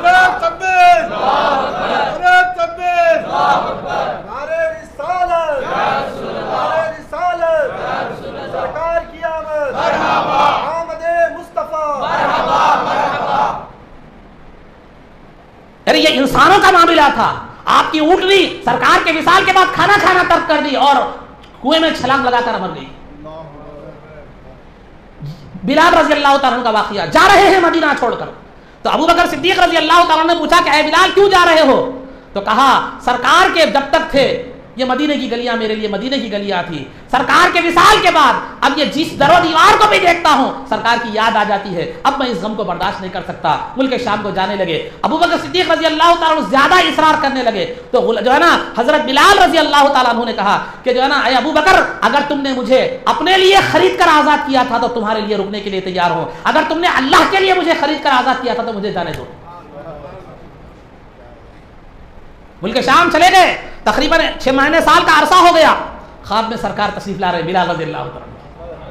ما هذه الجفوة یا بلال، اے بلال یہ کیسی بے وفائی ہے کہ تم ہمارا مدینہ چھوڑ کر چلے گئے؟ یہ خواب آنا تھا، بیدار ہوئے، وارفتگی اور والہانہ انداز میں اسی وقت سواری پر سوار ہوئے مدینہ منورہ کی طرف نکل پڑے۔ مدینہ منورہ کی طرف نکل کر پھر وہی کیفیت ہے، سرکار کو ڈھونڈ رہے ہیں، سرکار کو تلاش کر رہے ہیں، یا رسول اللہ کی صدائیں دے رہے ہیں۔ جب کہیں بھی سرکار نہیں ملے تو مزار مبارک کے پاس گئے، جا کر سر رکھ کر روتے روتے روتے بے ہوش ہو گئے۔ جب ہوش آیا تو مدینے کے لوگوں نے خواہش ظاہر کی کہ اے بلال اذان دو جو سرکار کے زمانے میں دیتے تھے۔ لوگوں نے بہت اصرار کیا تو بلال نے کہا نہیں میں اذان نہیں دے سکتا۔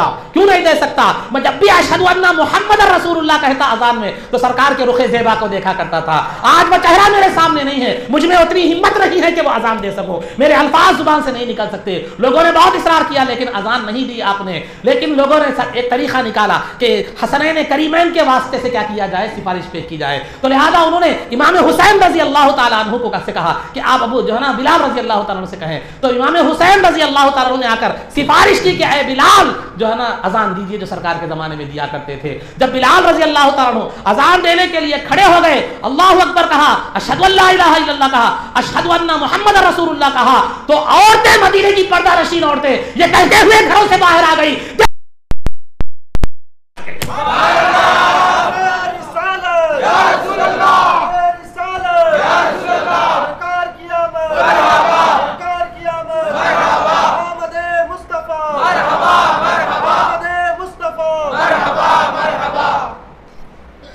کیفیت تھی صحابہ کی سرکار کے وصال کے بعد۔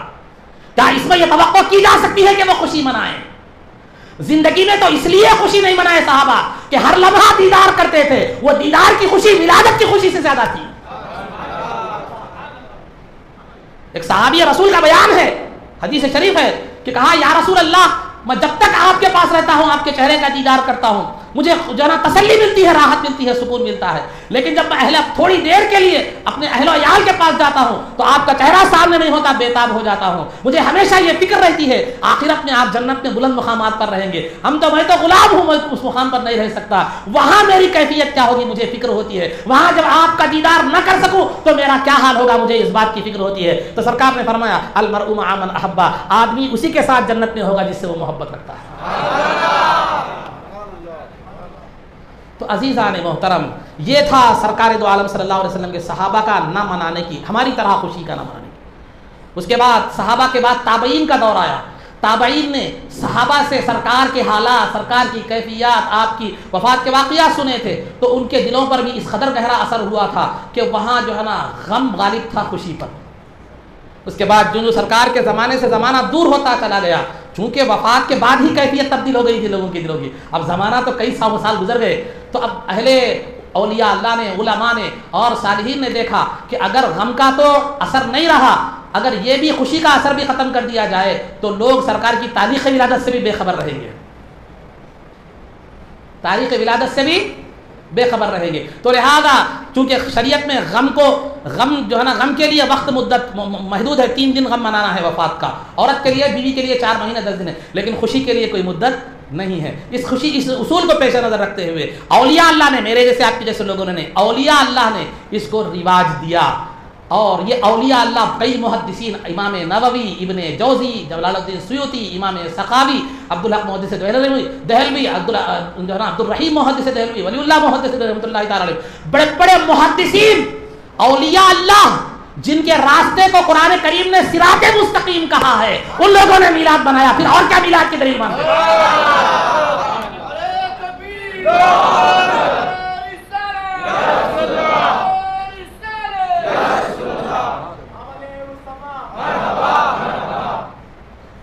کون لوگ تھے یہ کہ کہ محدثین ان کے پاس بھی متفق ہے، ہمارے پاس بھی متفق ہے، ان کی ولایت ان کے پاس بھی معتبر ہے، ہمارے پاس بھی معتبر ہے۔ قرآن کہتا ہے اہدنا الصراط المستقیم، اے اللہ ہمیں سیدھا راستہ دکھلا۔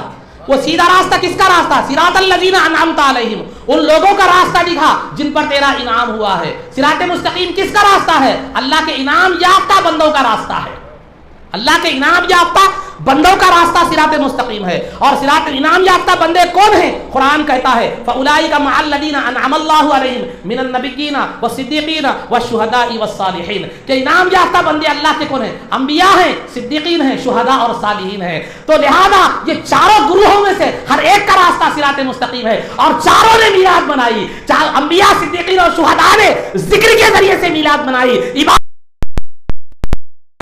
نے عبادت بھی کی، کھانا بھی کھلایا، خوشی بھی منائی، اور جشن میلاد کا اہتمام بھی کیا۔ تو ہر راستہ، میلاد کا ہر طریقہ جو شریعت کے دائرے میں رہ کر سرکار کی میلاد پر خوشی منائی جائے، وہ صراط مستقیم والے لوگوں کا راستہ ہے۔ اب پھر اور دلیل انعام یافتہ بندوں کا راستہ ہے، پھر اب دلیل کی کیا ضرورت ہے؟ خدا جن کو انعام یافتہ کہہ رہا ہے، جن کے راستے کو صراط مستقیم کہہ رہا ہے، وہ لوگوں نے میلاد بنائی۔ کسی نے ذکر میلاد کے ذریعے سے، کسی نے جو ہے نا روزہ رکھ کر میلاد بنائی، کسی نے روزہ بھی رکھا، ذکر بھی کیا، کھانا بھی کھلایا، ولادت کے واقعات بھی پڑے، خوشی کا اظہار بھی کیا۔ بہرحال یہ جتنے بھی میلاد کے جو کھانا کھلانے کا ہو، نعت پڑھنے کا ہو، اور جو ہے نا خوشی منانے کا ہو، یہ جتنی بھی چیزیں ہیں، ذکر میلاد کا ذکر کرنے کا ہو، روزہ رکھنے کا معاملہ ہو، جتنے بھی معاملات ہیں یہ ان لوگوں سے ثابت ہیں جو اللہ کے انعام یافتہ بندے ہیں۔ اگر تم اس کو بدعت کہتے ہو، اس کو شرک کہتے ہو، تو تمہارے اور خدا کے قول میں کتنا تضاد ہے، دیکھو کتنا اپوزٹ جا رہے ہو، کہ سرکار کی دشمنی تمہیں کہاں تک پہنچا رہی ہے۔ جن کو اللہ انعام کو خدا صراط مستقیم کہہ رہا ہے، اور تم اس کو بدعت کہہ رہے ہو، شرک کہہ رہے ہو، گمراہی کہہ رہے ہو۔ کدھر دیکھتا ہے، کدھر جا رہا ہے؟ خدا کہہ رہا ہے ان کا راستہ صراط مستقیم ہے، سیدھا راستہ ان کا راستہ ہے، انعام یافتہ بندے ہیں۔ تو کہہ رہا ہے وہ گمراہی کا راستہ ہے، بدعت کا راستہ ہے، ضلالت کا راستہ ہے۔ بتا تو تیری سنے یا قرآن کی سنے؟ تو عزیزان محترم، آپ اطمینان رکھیے، پورے بھروسے کے ساتھ کہہ رہا ہوں، سرکار کی ولادت کی خوشی میں جو بھی نیک کام شریعت کے حدود میں رہ کر کریں، میں کوئی بڑا آدمی تو نہیں ہوں، لیکن پوری ضمانت کے ساتھ ان دلائل کی روشنی میں کہہ رہا ہوں، آپ کا عمل حق ہے، بزرگوں کا عمل ہے، انعام یافتہ لوگوں کا عمل ہے، بشرطے کہ آپ شریعت کے اس میں جائیں۔ یہ ڈی جے اسلام کا عمل نہیں ہے، ناچنا اسلام کا عمل نہیں ہے، پانی کے پاکٹ پھوڑنا یہ اسلام کا عمل نہیں ہے۔ سرکار کی جو بھی محفل ہو اس میں محبت ہونی چاہیے، ادب ہونا چاہیے، وقار ہونا چاہیے، ورنہ یہ آپ کا پاگل پن ہے، یہ اسلام سے، اس کا میلاد سے اس کا کوئی تعلق نہیں ہے۔ آپ سرکار کے دوست نہیں، دشمن ہیں اگر خلاف شریعت طریقے سے میلاد بناتے ہیں تو۔ کیوں؟ اس لیے کہ آپ اپنے عمل سے سرکار کو بدنام کر رہے ہیں، سرکار کی میلاد کو بدنام کر رہے ہیں، بزرگوں کے عمل کو بدنام کر رہے ہیں۔ حاجی امداد اللہ مہاجر مکی رحمۃ اللہ تعالیٰ، ایک دو واقعات بزرگوں کے بھی سناتا چلو گا۔ حاجی امداد اللہ مہاجر مکی رحمۃ اللہ تعالیٰ علیہ، آپ کا دور اس وقت کا دور تھا جب جو ہے نا ہندوستان پر انگریزوں کی حکومت تھی۔ وہ مجاہدین آزادی کو، ان کے خلاف بات کرنے والوں کو پکڑ کر جیل میں ڈال رہے تھے، سزائیں دے رہے تھے۔ تو ویسے وقت میں ایک مسلمان صاحب تھے، ان کی ایک استبل تھا، گھوڑوں کا وہ رکھنے کا بند، تو وہ استبل میں جو ہے نا، استبل تھا یا بھینسوں کا طبیلہ تھا، تو وہ اس میں وہ جا کر جو ہے نا چھپ گئے تھے۔ تو وہ کیا کیا معلوم ہے، کسی نے خبر دے دی کہ یہاں امداد اللہ مہاجر مکی رحمۃ اللہ علیہ موجود ہے، یہاں پر یہ امداد اللہ مہاجر مکی رحمۃ اللہ علیہ موجود ہے۔ تو آپ کیا کیے، وضو کرے، وضو کرنے کے بعد مصلی تھا، مصلی بچھا کر وضو کیے، وضو کر کے نماز کے لیے کھڑے ہو گئے۔ وہ افسر جو کلکٹر تھا وہ آپ کو ڈھونڈتا ہوا طبیلے میں آ گیا، وہ استبل میں آ گیا، طبیلے میں آ گیا، بھینسوں کے طبیلے میں آتے بھی کیا دیکھتا ہے، لوٹا بھی موجود ہے، پانی بھی موجود ہے، پانی کی تری بھی موجود ہے، مصلی بھی موجود ہے، حضرت غائب ہے۔ امداد اللہ مہاجر مکی رحمۃ اللہ تعالی علیہ وہ ذات ہے جن کو شیخ العربی والعجم کہا جاتا ہے، جو عرب اور عجم کے پیر تھے۔ بانی دیوبند قاسم نانوی صاحب ان کے مرید، اشرف علی تھانوی صاحب ان کے مرید، اور جو ہے نا رشید احمد گنگوہی صاحب ان کے مرید، سیدی شیخ الاسلام حافظ محمد انوار اللہ فاروق علیہ رحمۃ اللہ بانی جامع نظامیہ ان کے مرید۔ لیکن حاجی امداد اللہ مہاجر مکی رحمۃ اللہ علیہ شمائل امدادیہ میں خود فرماتے ہیں، خود فرماتے ہیں شمائم امدادیہ میں حاجی امداد اللہ مہاجر مکی علیہ رحمۃ اللہ خود فرماتے ہیں کہ جو ہے نا سرکار کی میلاد کو منانے کے بارے میں علماء کا بہت زیادہ اختلاف پایا جاتا ہے. بعض علماء وہ ہیں، غور سے الفاظ سنیے، بہت آپ غور سنیے، کہ جو ہے نا سرکار کی میلاد منانے میں علماء کا اختلاف، بہت سا اختلاف پایا جاتا ہے. بعض علماء وہ ہیں جو سرکار کی میلاد کو مناتے ہیں. تو اس کے بعد آگے لکھتے ہیں جب جواز، میلاد کے جواز اور جائز ہونے کی گنجائش ہے تو پھر اختلاف کیوں کرتے ہیں؟ یہ فرماتے ہیں جب میلاد کے جائز ہونے کا جواز موجود ہے تو پھر اختلاف کیوں کرتے ہیں؟ ہمارے لیے اہل حرمین مکہ اور مدینے کے رہنے والوں کا عمل ہمارے لیے کافی ہے میلاد منانے کے لیے. یہ سعودی حکومت سے پہلے جب سلطنت عثمانیہ تھی، جب اس وقت 100 سال پہلے تقریباً میلاد منائی جاتی تھی باضابطہ مکہ مکرمہ میں. باضابطہ قندیلیں حرم سے لے کر سرکار کی ولادت کے مقام پر جو آج لائبریری بن گئی ہے وہاں تک جو ہے نا قندیلیں روشن کی جاتی راستوں کی دونوں جانب، اور لوگ میلاد پڑھتے ہوئے وہاں تک جاتے، سرکار کے اس مقام کی زیارت کرتے، پھر واپس آتے، علماء اور صلحاء کی خلعت پہنائی جاتی، ان کی جو ہے نا شال پوشی وغیرہ کے ساتھ کرتے ہیں وہ کی جاتی. تو امداد اللہ مہاجری رحمۃ اللہ مکی رحمۃ اللہ، ہمارے لیے اہل حرمین مکہ اور مدینہ والوں کا جو ہے نا عمل کافی ہے. وہاں ہر آدمی کیا کرتا ہے؟ میلاد بناتا ہے. اس کے بعد اپنا عقیدہ بیان کر رہے ہیں. آخر کا تو معاملہ یہ ہے کہ میلاد کی محفل میں شریک ہوتا ہے، سعادت مندی اور برکت سمجھ کر خود میلاد مناتا ہے، میلاد کی محفل منعقد کرتا ہے، اور اس میلاد کے پڑھنے میں لذت تو محسوس کرتا ہے. میلاد کو پڑھنے میں لذت محسوس کرتا ہے. غیر مخلدوں کے ایک بہت بڑے مستند عالم اہل حدیث حضرات کے ابن تیمیہ کہتے ہیں، ابن تیمیہ اقتضاء الصراط المستقیم میں کہتے ہیں کہ دیکھو اگر جو مسلمان میلاد مناتے ہیں سرکار کی خوشی میں، جو میلاد مناتے ہیں، میلاد کا اہتمام کرتے ہیں، اگر وہ اس لیے کرتے ہیں عیسائیوں سے مشابہت میں کرتے ہیں، جیسے عیسائی جو ہے نا وہ مناتے ہیں عید 25 سپتمبر کو جو مناتے ہیں نا کرسمس، اگر وہ عیسائیوں کی مشابہت کرتے ہیں، یا تو وہ عیسائیوں کی مشابہت میں کرتے ہیں، یا تو وہ عیسائیوں کی مشابہت میں کرتے ہیں، یا رسول پاک صلی اللہ علیہ وسلم کی محبت اور تعظیم میں کرتے ہیں.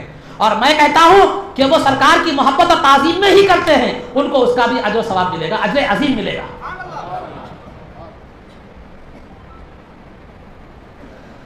تو الغرض شاہ ولی اللہ محدث دہلوی رحمۃ اللہ تعالی اپنی کتاب فیوض الحرمین میں اپنے والد شاہ عبد الرحیم محدث دہلوی رحمۃ اللہ علیہ کی میلاد کا واقعہ لکھتے ہیں کہ وہ ہر سال سرکار کی ولادت میں لوگوں کو حسب استطاعت کھانا وغیرہ کھلایا کرتے تھے. ایک سال ایسا ہوا کہ حالات ٹھیک نہیں تھے، بڑے بے چین ہو گئے کہ سرکار کی ولادت کا کھانا کھلانے کے لیے میرے پاس کچھ رقم نہیں ہے. بڑی مشکل سے چند بھنے ہوئے چنے میسر آ گئے، اور انہوں نے سرکار کی میلاد کی خوشی میں کیا کر دیا؟ وہ چنے جو ہے نا خیرات کر دیے، صدقہ کر دیے. صدقہ کرنے کے بعد مگر دل میں بے چینی تھی کہ اہتمام صحیح طور پر نہیں ہو سکا، کما حقہ اہتمام نہیں ہو سکا، دل میں بے چینی تھی.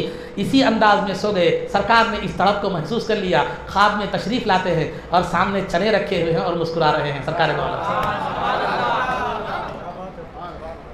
سرکار اپنی مسکراہٹ سے بتا رہے ہیں کہ اے میرے غلام دیکھ، تیری میلاد سے میں خوش بھی ہوں، اور میرے نزدیک چیز کی زیادتی معتبر نہیں ہے، محبت معتبر ہے، اخلاص معتبر ہے.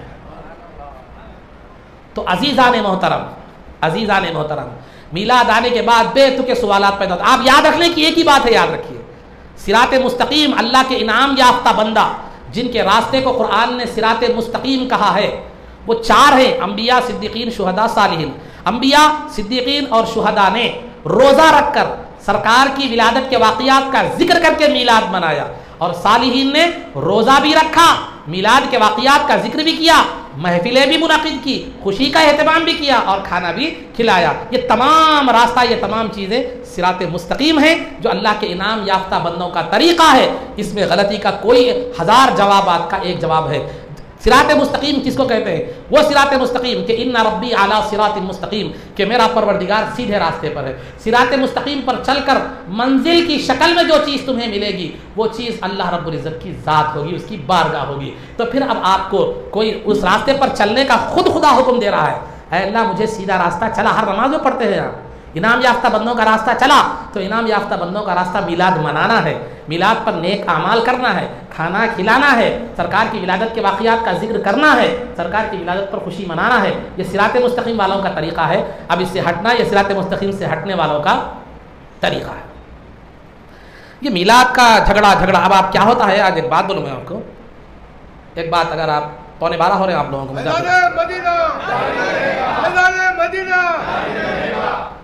نہیں 11:30 برابر ہو رہے، گھڑی آپ اور آپ کے چہرے برابر چل رہے ذرا۔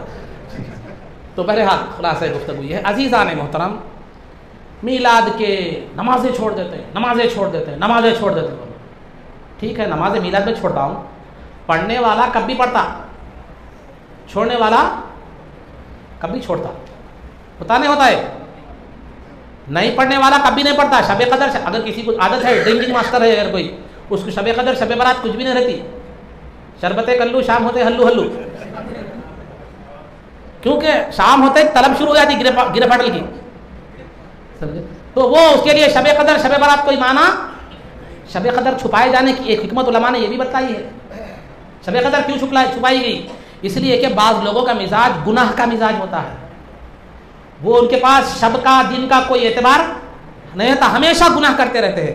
اگر شب قدر معلوم ہو جائے، ویسے گناہگار آدمی کو جس کا مزاج گناہ کا مزاج ہے، اگر اس کو شب قدر معلوم ہو جائے کون سی رات ہے، معلوم رکھ کر گناہ کرے تو اور زیادہ گناہ ہوگا۔ اسی لیے اللہ کی رحمت یہ ہے کہ شب قدر چھپا دی گئی، گناہگاروں کے حق میں یہ رحمت ہے۔ تو یہ اس تشریح سے یہ بات معلوم ہوتی ہے کہ پینے والا کب بھی پیتا، نماز نہیں پڑھنے والا کبھی نہیں پڑھتا۔ اچھا ٹھیک ہے، میں آپ کے اوپر بات چھوڑ رہا ہوں، میں زیادہ بات، شادی بیاہ کے موقع پر کتنے ایسے موقع رہتے ہیں، ہم شادی بیاہ کے موقع پر نماز نہیں چھوڑتے، ہمارے عقد کے وقت چھوڑتے ہیں، ولیمے کے وقت چھوڑتے ہیں، شاپنگ کے وقت چھوڑتے ہیں، منجے کے وقت چھوڑتے ہیں، جمعگی کے وقت چھوڑتے ہیں، دوستہ مل کے پارٹی کرنے، مندی گئے کھانے گئے اس وقت چھوڑتے ہیں۔ ایسے کئی معاملات میں جو ہے نا نمازیں چھوڑتے ہیں، لیکن میلاد کے وقت نماز کی کیا جاتی بھائی؟ میں ہرگز، میرا بولنے کا مقصد یہ نہیں ہے کہ نماز چھوڑنا اچھی چیز ہے، غلطی ہے وہ آپ کی، میں آپ کی تائید نہیں لے رہا ہوں، مگر اب چھوٹنے کے مقامات تو بہت ہیں، لیکن یاد اب بھی کا تاور میں چھوڑنے والا کب بھی چھوڑتا، پڑھنے والا کبھی بھی پڑھتا۔ وہ چھوڑنے والا دوسرے وقت چھوڑا تو کچھ بھی نہیں، میلاد میں چھوڑا تو چھوڑا۔ اس کے واسطے میں آپ کو بول رہا ہوں، کم از کم اس نیت سے تو پڑھو، آپ نمازیں پہلے تو نمازوں کی پابندی کیجئے، ضروری ہے، فرض ہے، دنیا و آخرت کی خوشحالی اور سرکار کی آنکھوں کی ٹھنڈک نماز ہے، تو لہذا نماز کی پابندی ہمیشہ کیجئے۔ اگر کبھی آپ چھوٹ جاتی ہے آپ سے تو کم از کم میلاد کے وقت اس جو ہے نا نیت سے کیجئے کہ میں باطل کا جواب دوں گا، باطل کا رد کروں گا، باطل کا منہ بند کروں گا جو سرکار کی میلاد پر میری نماز کے ذریعے سے کیا کر رہا ہے، اعتراض کر رہا ہے۔ اس نیت سے تو بھی کم از کم آپ کیا کیجئے، نماز پڑھیے۔ تو میرے آج یہ 2 نمازیں چھوڑ دیتے ہیں، وہ نمازیں چھوڑ دیتے ہیں، یہ نمازیں چھوڑ دیتے ہیں۔ دیکھیے کون بھی ہم نہیں بولتے میلاد کے جلوس میں آئے تو نماز چھوڑ دو، نماز کا اہتمام رہتا، پڑھنے والا پڑھتا، نہیں پڑھنے والا ہمیشہ نہیں پڑھنے والا رہتا ہو، اس کو لا کے آپ میلاد کے ساتھ خاص کر رہے ہیں، میلاد کے ساتھ خاص ہمیشہ نہیں پڑھتا ہوں، تو میلاد کے ساتھ خاص کرنے میں مطلب آپ کے دل میں کچھ کالا ہے، دل میں کیا ہے، کالا ہے۔ غلطی ہمیشہ غلطی ہوتی، لیکن اس غلطی کو جو ہمیشہ ہونے والی ہے اس کو لا کے میلاد کے ساتھ خاص کر دینا، یہ اس بات کی علامت ہے کہ میلاد کے تعلق سے آپ کا دل ٹھیک دال میں کالا ہے، ایسی بات ہے۔ اب میلاد آتی اتنے شروع ہو جاتے ہیں، بارش پڑے تو میڈا شروع ہوتے ہیں، ٹر ٹر ٹر ٹر ٹر پکارنا شروع۔ آپ سنو، کفر ہے، شرک ہے، آج نوجوان شراب کے لت میں عادی ہے، سگریٹاں پی رہے ہیں، گٹکے کھا رہے ہیں، یہ عنوان پہ آپ کو ہوتے نہیں ملے گی ویڈیوز، جتنے میلاد بنانا بدعت ہے بول کے ملتے۔ شراب پہ عادی ہو گئے مسلمان، انگریزی تہذیب کے دل دادا ہو گئے، انٹرنیٹ میں برائیوں میں پھنس گئے، اس پہ آپ کو ملیں گے، بہت کم ملیں گے، مگر میلاد کی بدعت ہونے پر جو ملیں گے دلائل، وہ آپ کو جو ہے نا کسی میں بھی نہیں ملے گی۔ تو بتانا یہ ایک ہو گیا۔ اب پرسوں نیا ایک ویڈیو دیکھنے میں آیا، سمجھے، نیا ویڈیو، کیا ویڈیو دیکھنے میں آیا؟ دیکھیے، آدمی جب کسی ایک چیز کی طرف لگ جاتا نا، ایک چیز کی طرف لگ جاتا، آپ کے موڈ کو بہتر بنانے واسطے ایک واقعہ بولتا ہوں میں، لطیفہ، اس میں آپ کو مفہوم بھی سمجھ میں آتا میری آگے کی بات کا۔ دونوں دوستان جاتے رہتے گاڑی پہ، سامنے والا جو ہے گاڑی چلاتے رہتا، پیچھے والا بیٹھے ہوا رہتا، روڈ سے گزرتے جاتے جاتے جاتے ایک دور تک ایک روڈ پہ چلے جاتے، جا کے پھر اسی روڈ سے کیا کرتے واپس آتے. تو پیچھے والا کیا بولتا، ارے میاں آج عجیب چیز دیکھنے میں آ رہی، جاتے وقت ایک طرف کے دکانیں بند تھے، آتے وقت ایک طرف کے دکانیں بند ہے. جاتے وقت ایک طرف کے دکانیں بند ہے، آتے وقت کیا ہے ایک طرف کے دکانیں بند ہے. تو سامنے والا دوست بتا، ارے دکانیں نہیں رہے، تیرا پٹ بند ہے بول کے بتا، ایک طرف کا پٹ بند ہے تیرا، اس کی وجہ سے جاتے وقت ادھر کے نہیں دکھے، آتے وقت ادھر.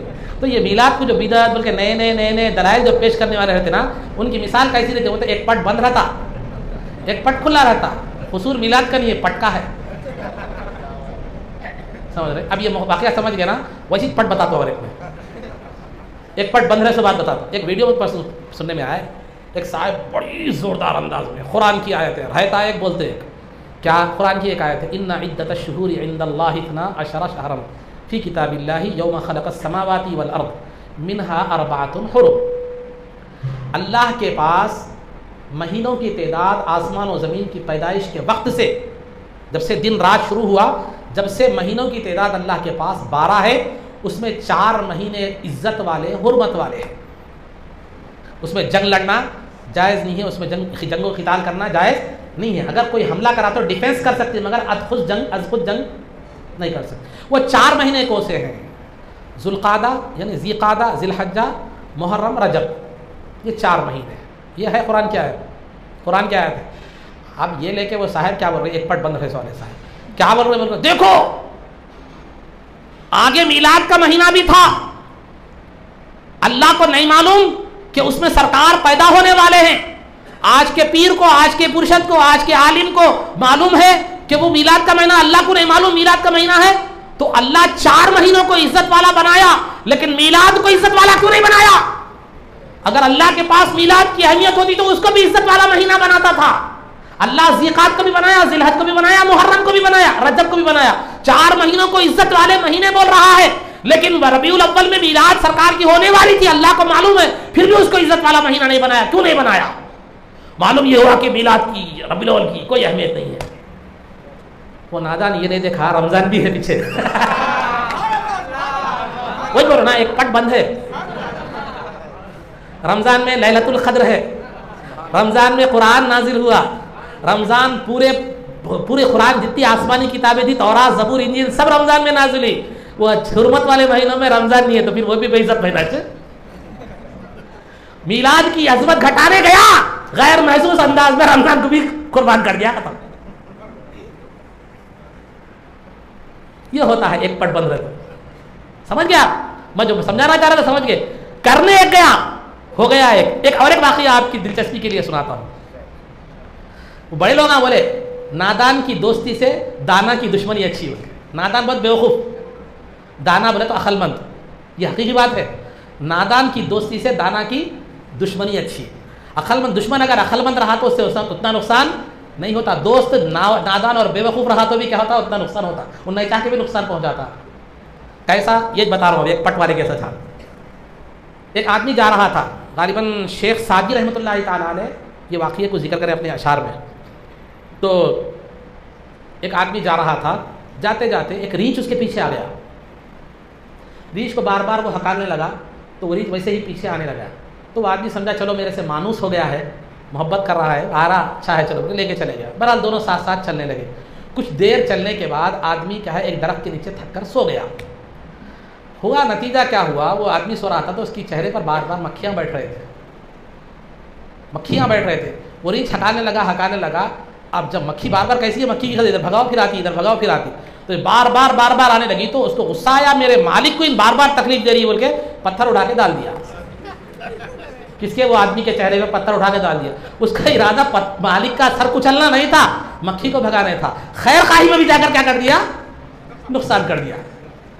تو یہاں ربیع الاول کی یہ گھٹانے جا کے کیا کر دیا، عزت گھٹانے جا کے رمضان کو قربان کر دیا. ربیع الاول کا مقام گھٹانے جا کے رمضان کر دیا. ارے نادان، تو جیسا کہتا ہے ویسے ہی ہے، اس کی کوئی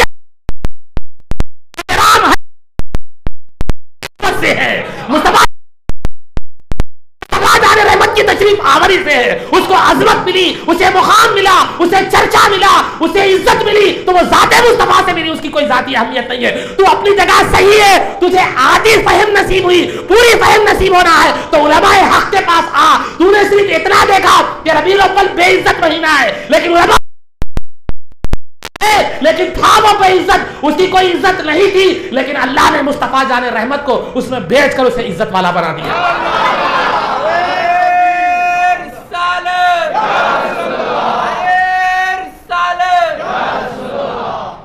اگر رمضان میں پیدا کرتا تو ایسے ہی ایک پٹ بدے، ایک پٹ جن کا بند ہوتا، وہ کہتے ہیں ولادت کی کوئی عظمت نہیں ہے، رمضان کی سرکار کی ولادت کو رمضان سے عظمت حاصل ہے۔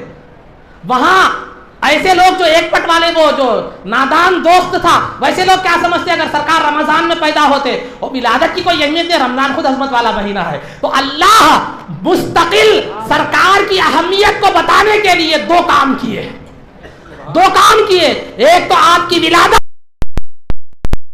میں آپ کی ولادت فرما کر آپ کے مقام مرتبے کو بیان فرما دیا، اور سرکار کے روضے مبارک کو مکے کے بجائے مدینے میں رکھا تاکہ اہل عشق کا، ایمانداروں کا امتحان ہو کہ دیکھیں سرکار کا امتی صرف مکے کی زیارت کر کے واپس چلا جاتا ہے یا مکے میں حج سکھانے والے کی زیارت کرتا ہے۔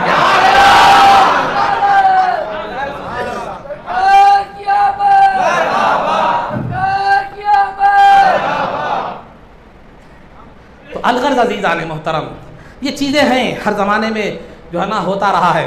تو یہ جتنے بھی اختلافات ہو رہے ہیں میلاد کے عنوان سے، جتنے بھی اختلافات ہو رہے ہیں، اس میں لوگ تین چیزوں میں بٹ گئے۔ آخری بات میں تین حصوں میں بٹ گئے لوگ۔ بعض تو ہم لوگ ہیں جو میلاد بنانے والے ہیں، بعض لوگ وہ ہیں، لوگوں میں بتا رہا ہوں میں، بعض لوگ وہ ہیں جو میلاد کا انکار کرنے والے، بدعت، شرک، فلاں فلاں فلاں جو بھی ہے بولنے والے ہیں۔ تیسرے کیا ہے کہ بھائی یہ جھگڑے سمجھ میں نہیں آتے ہمارے کو، ان بولے تو وہ بولتا ہے، ان بولے تو ڈاکٹر ایک بات یہ بولو ایک بات وہ بولو، مان لیتا سب کی مانتا۔ نعرہ تکبیر، نعرہ رسالت، سرکار کی آمد، سرکار کی آمد، آقا کی آمد، نبی کی آمد، آمد مصطفیٰ۔ یہ تین قسم کے لوگ ہوتے ہیں۔ ایک تو سرکار کی میلاد پر خوشی مناتے ہیں، خوش ہوتے ہیں، یہ عاشقانہ مزاج رکھنے والے لوگ ہوتے ہیں۔ جو میلاد کو بدعت، شرک وغیرہ کرتے ہیں، یہ مخالفانہ مزاج رکھنے والے ہوتے ہیں۔ سرکار سے کنیکشن صحیح نہیں ہوتا، اس وجہ سے کوریج ایریا صحیح نہیں رہتا، کوریج ایریا صحیح نہیں رہتا، سمجھے؟ تو یہ ہوگی بات، یہ ایسے رہتے مخالفین، مخالفین۔ تیسرے کون سے رہتے مانو؟ جن کی طبیعت میں جستجو نہیں رہتی حق کو طلب کرنے کی، بولا کیا بول کے پلہ جھاڑنے والوں، ارے یہ سب جھگڑے کا ایک بار جان دے چھوڑ دے، بولتے یہ سب جھگڑے کے تو جان دے چھوڑ دے بول کے کرتے ہیں۔ یہ تین فرقے بنانے کا ذمہ دار کون ہے؟ میلاد منانے والے، میلاد کا انکار کرنے والے، میلاد منانے والے، میلاد کا انکار کرنے والے۔ میں اشارتاً آپ کو بولوں، باتیں اشارتاً بولوں، آپ سمجھ جانا۔ میلاد منانے والا ایک ایسا، پہلے یہ پورے آپ میلاد جب سے شروع تھی، 500-600 سال سے چل رہی میلاد، آج کوئی نئی چیز نہیں ہے، جب سے چل رہی ہے اب بھی چل رہی ہے۔ مگر ہوا کیا، یہ ہوا واقعہ کیسا، آپ پوری شروع سے دیکھیے، آپ ہسٹری، میری بات پہ آپ کو ماننے کی ضرورت نہیں ہے، آپ خود بھی تحقیق کیجیے، وہ تیسرے گروپ کی طرح مت بنیے، آپ ماننے کی پوری دیکھیے۔ آپ پہلے کیا تھا، ہمارے بزرگان دین میلاد مناتے تھے، جیسے میں مثالیں دیا آپ کو، محدثین کی مثالیں دیا، اولیاء کی دیا، وہ دیا وغیرہ وغیرہ۔ بزرگان دین، ہم مثال کے طور پر 3 آدمیوں سے ہم اس کو تعبیر کرتے، 3 آدمی ہیں، ٹھیک ہے؟ تو ایک ہے مثال کے طور پر ابراہیم بھائی، سمجھیے آپ، یہ ایک میلاد منانے والے ہیں، ٹھیک ہے؟ ایک دوسرا کوئی زید بکر عمر ہے، زید ہے سمجھیے، جو میلاد کا مخالف ہے۔ ابراہیم بھائی میلاد منانے تھے، جا رہے تھے خاموش خاموش، جو بھی کھیر پوریاں جو بھی بناتے تھے سرکار کی میلاد کی خوشی میں، فاتحہ دلاتے تھے، کرتے، انہوں ان کی جگہ کیا کر رہے تھے، چل رہے تھے، کیا کر رہے تھے، کیسا کر رہے تھے، ایک میلاد آتی تو خوشی منا لیتے تھے، حسب استطاعت اہتمام کر لیتے تھے۔ وہ زید آ کے کیا کرا، یہ میلاد بنانا کہاں ہے بول کے پوچھا، یہ میلاد بنانا بدعت ہے بول کے بولا، یہ میلاد کی خوشی منانا کہاں ہے بول کے ابراہیم بھائی کو چھیڑ لیا۔ ابراہیم بھائی کو غصہ آ گیا، انہوں خاموش جاتے ہیں، اس کو چھیڑ لینا اچھا گیا، تو چھیڑ لیا۔ میں بتا رہا ہوں، پورا ماحول بتا رہا ہوں آپ کو، ایک مثال سے سمجھا رہا ہوں، غور سے سمجھیے۔ تو ابراہیم بھائی کیا ہو گیا معلوم، چھیڑ لیا۔ تو ابراہیم بھائی اٹھا کے بول دیے میلاد کے دن سب خوش تھے صرف شیطان خوش نہیں تھا بلا. تو لگ گئی اس کو زید کو چرکا لگ گیا. چرکا لگتے جب اور پکارا شروع کر دیا بدعت شرک فلاں نمازات چھوٹ رہی وہ چھوٹ رہی یہ چھوٹ رہی بول کے پکار دیا. اب ظاہر سی بات ہے ان بولا تو انہوں جواب ان بولا تو انہوں جواب. اب یہ معاملہ کیا ہو گیا شروع ہو گیا. جب علماء اہل سنت کی طرف سے جوابات فل مل گئے اچھی طرح ہر بات اٹھتے جواب اٹھتے جواب اٹھتے جواب مار پہ مار مار پہ مار مار پہ مار پڑھتے گئی تو ایک دوسرا آدمی انہی میں سے نکلا. وہ زید کا ایک بھائی دوسرا نکلا. یہ سب اختلافات کا ایک بھائی انہوں نہ انہوں سب سرکار کی سیرت پہ عمل کرو نماز پڑھو روزہ رکھو ختم ہے میلاد کے جھگڑے رکھو بول کے. وہ ان کا آدمی تھا. اب ہمارے بھلے والے آدمی کیا کر دیے ارے صحیح بات بول رہے ہیں جھگڑے کئی بھائی ان کے جھگڑے ان کے جھگڑے. وہ لوگ غلطی کیا ہے ان لوگوں کی یہ نہیں دیکھے جھگڑا شروع پہلے کس نے کیا. اگر وہ تھوڑا ریورس لے کے گاڑی جاتے اور جھگڑا کہاں سے شروع کیا یہ فساد کا بیج کون ڈالا یہ اگر معلوم ہو جاتا تو خود بخود ظاہر ہوتا تھا ان بھی ویسے ان بھی ان بگاڑ دیا ان سنبھال لے رہا. سمجھ رہے تم مارے سر کا کر دوں تو روئے سر کا کر بولے. تو یہ دو ایک ہی سے کیٹیگری کے ہے معلوم ہو جاتا اگر آدمی تھوڑا سا یہ کر لیا بولے. مگر نہیں کرے بعض تو اس کی مخالف کی باتوں میں آ گئے صحیح بول رہا نا کیا بول رہا نماز چھوڑ رہی بلکہ بول رہا ہو چھوڑ رہی نماز ان یہ نہیں دیکھا دوسرے وقت بھی چھوڑ رہی وہاں کہیں بول رہا ہے کہیں بول رہا بول کے. میں جیسے باتیں بتا رہا بزرگان دین کا طریقہ ہے نہیں سوچ رہا اس کو نہیں ہے اس کو بتائی تھی اس کو اوپر گئے تو پھر کیا ہوتا معلوم ہے ان بھی مخالف ہو جاتا بلکہ معلوم رہے سے ایک چھوٹ جاتا. تو لہٰذا وہ اس کو بولنا ہی نہیں اس کو کیا ہے کامن باتوں میں عام باتوں میں دیکھو بھائی جلوس میں جا رہے ناچ نہیں کر رہے. اور وہ بات کو کون صحیح بول رہے میلاد منانے والے صحیح بول رہے جو غلطی ہے. ہر کوئی بھی ایک اہل سنت کا عالم یہ بولا ہے تو بتاؤ کہ میلاد کے جلوس میں آپ نماز چھوڑ سکتے بولتے میلاد کے جلوس میں ڈی جے لا سکتے. ہر اہل سنت کا عالم جب بھی 12 بل آتی بولتے ہمارے نوجوانوں نہیں سنتے سمجھے وہ ایک الگ بات ہے. تو یہ ایسا لا کے دیکھو ایسا کر رہے ویسا کر رہے وہ بدعت ہے. سرکار بنائے تھے کیا صحابہ منائے تھے کیا بزرگان دین منائے تھے. ائمہ کو نہیں ماننے والا بھی بڑا ائمہ منائے تھے کیا بولے خود امام کو نہیں مانتا دوسرے معاملات میں امام کو نہیں مانتا ائمہ منائے تھے کیا پوچھ رہا ہوں کدھر کے کدھر کی چیزیں یاد آ جا رہے سمجھے. وحشت میں ہر نقشہ الٹا نظر آتا ہے لیلا نظر آتا ہے مجنون نظر آتی ہے. تو ایسا حال ہو گیا. تو ائمہ منائے تھے کیا انہوں منائے تھے ہوندے چتے ادھر سے ادھر سے ادھر سے ادھر پھڑپڑا رہا. تو بہرحال یہ چیز یہ ایسا. تو لہذا شروع کرنے والے ابراہیم بھائی نہیں تھے وہ مگر بدنام کر دیا گیا ابراہیم بھائی کو کہ میلاد کے عنوان پر جھگڑا کر رہے. مگر جھگڑا شروع کب ہوا ان اعتراض کرا زید اعتراض کرا تو جھگڑا شروع ہوا. اعتراض کر کے کیا کر دیا چھوڑ دیا اور یہ باور کرا دیا دیکھو لوگ میلاد کرنے والے منانے والے ہمیشہ جھگڑتے رہتے ہیں جھگڑے کی باتیں کرتے ہیں. ارے جھگڑا شروع کون کرا بھائی تو جھگڑا تو شروع تو نے کرا نا. تیرا وہ یا چابی لے کے چھوڑ گئے تو کیا کرتا کیسا ناچتا رہے وہ جو گڑیا وہ کھلونا ہے ناچتا سے دکھ رہا لیکن چابی کون دیا وہ نظر نہیں آ رہا. یہ میلاد کے جو حالات ہوئے نا ایسے پیدا ہو گئے. یہ کب سے ہوا یہ میلاد کا جھگڑا بات نہیں. امداد اللہ مہاجر مکی رحمۃ اللہ تعالیٰ نے خود فرمایا علماء بہت اختلاف کرتے ہیں. تو بظاہر وہ زمانے سے کیا ہوتا ہے اختلاف شروع ہوا. وہ زمانے میں کون کون تھے کون میلاد مناتے تھے کون نہیں مناتے تھے وہ بول دیا اشارہ آپ کی طرف کافی ہے. وہ اختلاف کہاں سے شروع ہو گیا وہ کیسا ہو گیا وہ آپ کو یہ. تو الغرض عزیزان محترم خلاف شریعت اگر میلاد میں کوئی کام ہے تو وہ کوئی بھی اس کی اجازت نہ علماء دیتے ہیں نہ وہ جائز ہے بلکہ وہ تو بہت بڑا گناہ ہے کہ سرکار کی آپ توہین کر رہے ہیں خلاف شریعت کام کر کے. اب جائز طریقے سے آپ میلاد منا رہے ہیں تو یاد رکھیے کہ اللہ کے انعام یافتہ بندوں کا طریقہ ہے مطمئن ہو کر کیا کیجیے منائیے. مگر منانے کے ساتھ ساتھ میلاد کے بعد سیرت بھی ہے وہ بھی دیکھیے. میلاد کہتے ہیں پیدائش کو سرکار کی پیدائش منا رہے ہیں اچھی بات ہے لیکن پیدائش کے ساتھ ساتھ تھوڑا آگے بھی بڑھیے. سیرت بھی ہے سرکار کی کیونکہ اللہ نے فرمایا لقد کان لکم فی رسول اللہ اسوۃ حسنہ تمہارے لیے سرکار کی زندگی میں بہترین نمونہ ہے. نمونے کو بھی اپنائیے. آدھے کام مت کیجیے. دعوت میں جا کے خالی آپ اسٹارٹر کھا کے نہیں آتے.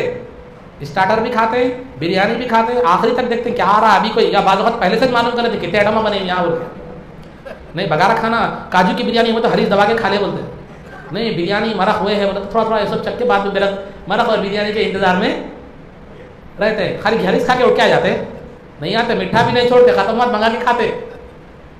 ابھی اس کے بعد کچھ تو میک ڈونلڈ کے کیا آج کل میکویل وہ جو شرط میکویل وہ ہے کچھ تو ہے کیا نہیں ابھی پوچھتے تو پورا دعوت میں گئے تو پورا شروع سے لے کے آخر تک کرتے. یہاں کہیں نہیں ہوتا ویسا. خالی میلاد کا کھانا کھا کے فجر میں کہیں سو جاتے. کھانا بھی کھانا, خوشی بھی منانا, سرکار کی سیرت پہ عمل بھی کرنا, یہ دو چیزیں بھی ہمارے لیے, میلاد اور سیرت دو بھی ہے. میلاد اور سیرت ہمیں دو بھی چیزیں اپنانا چاہیے. اور جلوس جہاں تک ہے وہ پورے ادب و احترام کے ساتھ اور اتحاد کے ساتھ نکالنا چاہیے. وہاں ایک بس اسٹینڈ کرنے ایک ٹکڑی رہتی, نیوٹن میں ایک ٹکڑی رہتی, گھڑیال کے پاس ایک رہتی. اس سے اتحاد معلوم نہیں ہوتا, آپ کا اتحاد معلوم رہنا. اس لیے جلوس کا مطلب ایک مقصد یہ بھی ہے کہ آپ کا اتحاد بھی ہو اور ایک اسلام کی ایسے انداز میں نکالے کہ اسلام کی عظمت بھی معلوم ہو اس کے اندر سے, اور دنیا دیکھ کر کہے کہ جو ہے نا یہ واقعی مسلمانوں کے نبی کا جلوس جو جا رہا ہے وہ اس کو ایک مثال بنانا. ہمارے جلوس میں کوئی فرق نہیں رہا, میں اشارتاً بول رہا ہوں. میراج کے جلوس میں آج کے جلوس میں کوئی فرق نہیں رہا. سمجھ رہے نا آپ, آج کا جلوس میلاد کے جلوس میں آج کے جلوس میں ہم نے کوئی فرق نہیں رکھا. یہ بالکل بڑی غلطی ہے اور اس بات سے اعتراض کرنے چاہیے. ایسا معلوم ہوتا ہے ہمارے نوجوان جو ہے موقع دیکھتے رہتے ناچنے کے واسطے, ڈی جے پہ ڈانس کرنے کے لیے. وہ میلاد کا موقع آتے جو ہے نا, اور چلو ناچنے کا موقع مل گیا, ناچنا شروع کر دیا. نہیں, نفس کی تکمیل کے لیے, نفس کی خواہش کی تکمیل کے لیے نہیں ہے. میلاد سرکار کی عظمت, سرکار کی محبت اور سرکار کے فیض کو, میلاد کے فیض اور برکتوں کو حاصل کرنے کی جو نظریہ ہے. جو گھر میں میلاد منائی جاتی ہے, بزرگوں کا تجربہ ہے, سال بھر وہ گھر میں خیر و برکت رہتی ہے. سال بھر وہ گھر میں خیر و برکت. میلاد خیر و برکت کے واسطے عاملوں کے جا کے تعویذ نہ لینا, ان کے پاس جا کے گنڈے پلیتے لے کے جتنے پیسے خرچہ کرتے ہیں, محبت سے عقیدت سے سرکار کی میلاد مناؤ, زکوٰۃ پابندی سے دو, خیر خیرات کرتے رہو. اسلام جو خیر و برکت کی صورتیں بتایا وہ کرو. وہ سب چھوڑ کے کیا کر رہے ہیں مولانا جا کے عاملوں کے پاس جا رہے ہیں. بیمار ہو گئے تو جا کے ڈاکٹر کرے جاؤ, بولے تو انسانوں کے ڈاکٹر کرے جاؤ, تو حیوانوں کے ڈاکٹر کرے جا رہے ہیں. تو کیا ہوتا اس سے, ایک جگہ جاؤ بولے تو ایک جگہ جا رہے ہیں. تو شریعت نے جو چیزیں جو صورتیں بتائی ہیں برکت کی, خیر و برکت کی, رزق حلال کماؤ, جھوٹ مت بولو کاروبار میں, دھوکہ مت دو, ایمانداری سے کاروبار کرو, جتنا محنت کرے اتنا پیسہ لو, بات کی پابندی رکھو. یہ چیزیں اپناؤ, خود بخود خیر و برکت ہوتی. اللہ جو ہے نا صحت بھی اچھی رکھتا ہے, دواخانے کو جانے کی ضرورت بھی پیش نہیں آتی, آپ کی گاڑی میں مینٹیننس بھی نہیں نکلتا. پیٹرول کی جگہ جو ہے نا اگر گیس کا تیل ڈالیں گے تو انجن کا مینٹیننس نکلے گا نا. حلال کھلائے تو کیا ہوتا, حلال کھلائے تو پیٹ بھی اچھا رہتا, صحت بھی اچھی رہتی, سب اچھا رہتا, عبادت بھی ہوتی. تو پیٹرول کی گاڑی میں گیس کا تیل ڈال کے چلائے تو 4 دن میں ہاتھ کو آ جاتی. تو یہ حرام کمائی ایسی ہے, پیٹرول کی گاڑی میں گیس کا تیل ڈال کے چلانا, سمجھے. تو اسی لیے ایسے کام مت کیجیے. تو خلاصہ گفتگو یہ ہے کہ میلاد کی خوشی منائیے, میلاد کے ساتھ ساتھ سرکار کی جو ہے نا سیرت پر بھی عمل کرنے کی کوشش کیجیے, اور میلاد کی خوشی میں خوشی حدود شریعت میں رہ کر کیا کیجیے, منائیے. اللہ رب العزت سے دعا ہے جو کچھ بھی کہا گیا اس پر عمل کی توفیق رفیق عطا فرما, عزت و عافیت کی زندگی دے, اور ایمان پر ہمارا خاتمہ فرما. رسول پاک صلی اللہ علیہ وسلم کے قدموں میں ہمارا حشر فرما. آپ کی شفاعت عظمیٰ سے ہم کو بہرور فرما. آپ کے دست مبارک سے جام کوثر پینا نصیب فرما. جنت میں آپ کی غلامی معیت اور رفاقت نصیب فرما. صلی اللہ تعالی وسلم علی خیر خلقہ سیدنا محمد و آلہ و صحبہ اجمعین برحمتک یا ارحم الراحمین والحمد للہ رب العالمین.